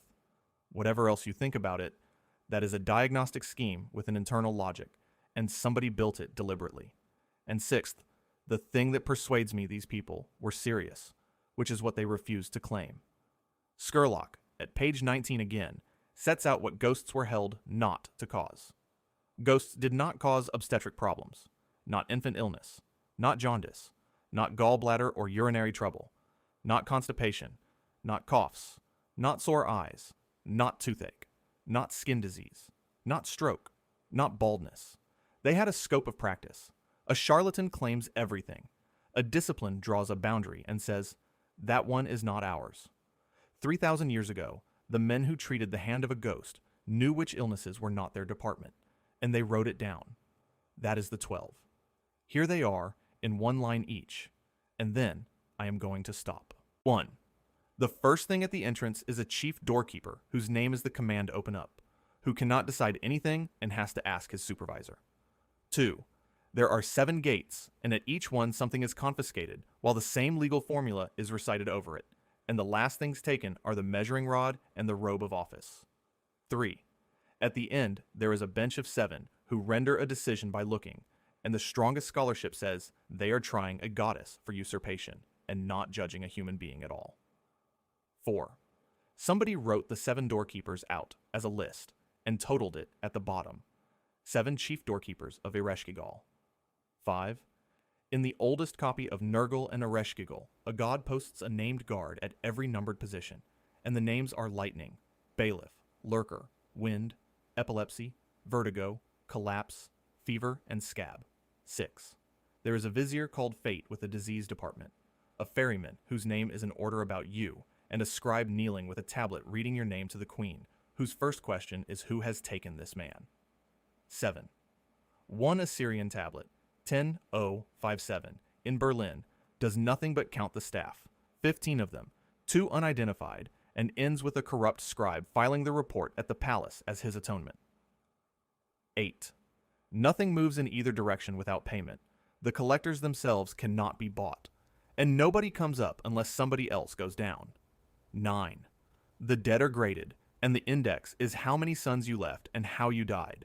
And one manuscript from adds moral categories whose punishment is that your line ends. 10. The failure state has a technical name. Pakita la issue has no provider, and it appears in the epic and in a working exorcist's prescription 1,000 years apart. 11. Fire, exposure, and dying alone do not send you anywhere worse. They remove you altogether, and the man consumed by fire cannot be found because his smoke went up to the sky. And 12. The part of you that survives was installed at manufacture with a stated purpose, and the purpose was that something should not be forgotten. Now let me put the whole thing in one sentence, and then say it again, because it is the only sentence from tonight I actually want you to keep. You will not be judged. You will be looked up. You will not be judged. You will be looked up. That is the difference between this and every other version of the afterlife you have ever been handed. There is no scale. There is no book of your deeds. There is no light that offers you a choice you can be clever enough to refuse. There is a door with a man at it who has to be told to open, and a list, and a woman kneeling with the list in her hands. And either your name is on it or it is not. And either somebody is still putting bread down for you on the 29th of the month or nobody is. You do not refuse the passage. You fail it, and by the time you fail it, you are not the one doing anything at all. And here's the last thing, and I want you to notice what you have actually been doing for the past 3 hours. The one thing this material says keeps a person in existence is not virtue, and it is not belief. It is that somebody, somewhere, still says the name out loud. That is the entire mechanism. Feed, pour, name. And for nearly 3 hours, you have been sitting there while a stranger said, over and over, Bidu, Namtar, Belet Seri, Humut Tabal, Nedu, Enkishar, Endashurimma, Nerula, Nerubanda, Endukuga, Enugigi, Ereshkigal, Kuma, the crown prince, whose father's name is broken off the tablet and gone, so that the son's name survives and the father's does not. Akatija, who raised one boy so that somebody would be grown up at the time of her burial. Kisir Asher, an exorcist of Assur, who wrote down that he called his own dead man's name and put food in the entrance of the grave. Every one of those people has been dead for between 2,500 and 4,500 years. Their bodies are gone. Their houses are gone. Their cities are mounds.